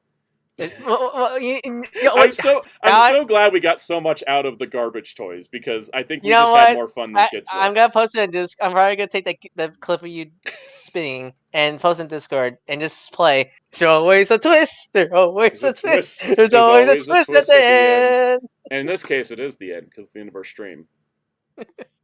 Do we make it a solid 3 hours and just hang out for 10 minutes? Like, I don't know what to do now. We went overtime. I was on a tangent. Well, Cass, where do people find you tomorrow? On twitch.tv/FighterCast, where me and Soundout will definitely go way more into Summer Games Fest and Indiana Jones and all this other stuff they announced. Mm-hmm. And that's 4 p.m. Eastern. twitch.tv/. And you Fighter can have count. and you can have an intellectual discussion of who's better, BGN or My Shiranui. Although Muteki said earlier, it's true. My favorite is actually Blue Mary. Oh, yeah, Blue Mary is great. I like King. So Geek's great too. I don't have a There horse isn't. in this race. I don't think there's any of them that I straight up hate. I'm a Yeah. Leona. I'm a Leona fan. Leona's Jeremy great, Carr, too. we don't know if G-Bon is having the movie despite the movie villain being on the cover. That's a weird one. Hey, Santa, what's happening this week on the Santa YouTube channel? Frickin', I don't know. Why are you asking me? It's your channel. Hold on, let me check on my notes. Yeah, it turns out underneath Santa's head, the Ratatouille controlling it Ratatouille style. Oh my god, it was funny. Someone drew this thing of there was a rat and a chef. There was a picture of a rat and a chef like facing off with knives. The Remy, and someone was like, "It's Remy. Remy and Remy," and so they drew Gambit and Ratatouille. Remy, yes, I love that art. So the thing is, I've been working on the next 2 weeks worth of videos simultaneously, so my brain's a little like, "What is this week?" We are gonna get the YouTube shorts for the Zabu wave. We're gonna do 2 parts on that. Part 1, part 2, just because that way I have more time to talk. No, that's next week. You didn't hear anything. Wednesday's video will be Legacy United Magmatron. And then Friday should be, unless something goes horribly wrong recording the voice lines, should be the D3 Digivices. Which are very Your device just blows up. There's 600 voice lines in each. I have to record them all. Luckily, I can just skip. I only have to record Ultraman and Imperial Ultraman once. But anyways, that's going to be this week's videos. It's going to be some review stuff. I'm trying to get ahead so I can take some time off, but we'll see how that goes. Jojo Star says, "Why are the Transformers exclusive to Walgreens?" Luckily, there isn't any more. I don't think. I think Minerva was the last one. Huzzah! Unless we find out this week that there's another one, in which case I will stab something. I won't say what, because I'm not legally allowed to, but I'll just stab a pillow and be like, ah! Thank you, Room. Thank you for saying I deserve the time off, because I'm going to try to get done this week so that I can take, like, next week off, maybe, and then come back the week after. I don't know. I have to figure it out. It's just taking longer to produce stuff than I thought. I was trying to catch up over the weekend, and Magmatron took me like an hour and a half to film because Magmatron's really hard to transform on camera. Very hard to transform on camera. Scotty, I'm not currently going, I'm just going to take time off of videos. I'm not even going anywhere during the next. I might be going somewhere later this month, but we'll see. That's what Jason, Zach, and Trini said. But no, they went to space secretly. Yeah, I do. I need a break from working on videos every single day, and I'm trying to get ahead. And we'll see. Yeah, I do want to travel more, and I might be traveling. We'll see. So. Robot says things get devastating. Message Figuarts makes one member of the team and then dips. Yep. Happened to me a few times. Ryan, do you want to promote some stuff? Follow me at Dark Wizard for a Tree on YouTube and Twitter. I do art commissions like the one you see at Soundout channel. You want any, feel free to DM me on the ears, Twitter or Soundout Discord protocol. Link in the description below. Yeah, and you can find me on social media if you guys want. But we'll be back next week. Next Monday's stream should be fun. And we'll have a whole wave of Transformers to talk about, which will be great. Unless they all suck, in which case I'm going to be sad. But they're probably going to be good. I mean, it's Legacy. Legacy's been on fire lately, so. Yeah, I'm going to a peace conference. I'm going on vacation to a peace conference. It's funny because I was planning, I was looking at maybe doing some traveling, and then I was like, oh, I could film video stuff for this one and video stuff for this one. So you are going to space. Maybe. It's the one place capitalism hasn't destroyed yet. Yes. Spice. On that note, see you guys next week. Thanks for being here, and we'll be back. We'll be back in 7 days.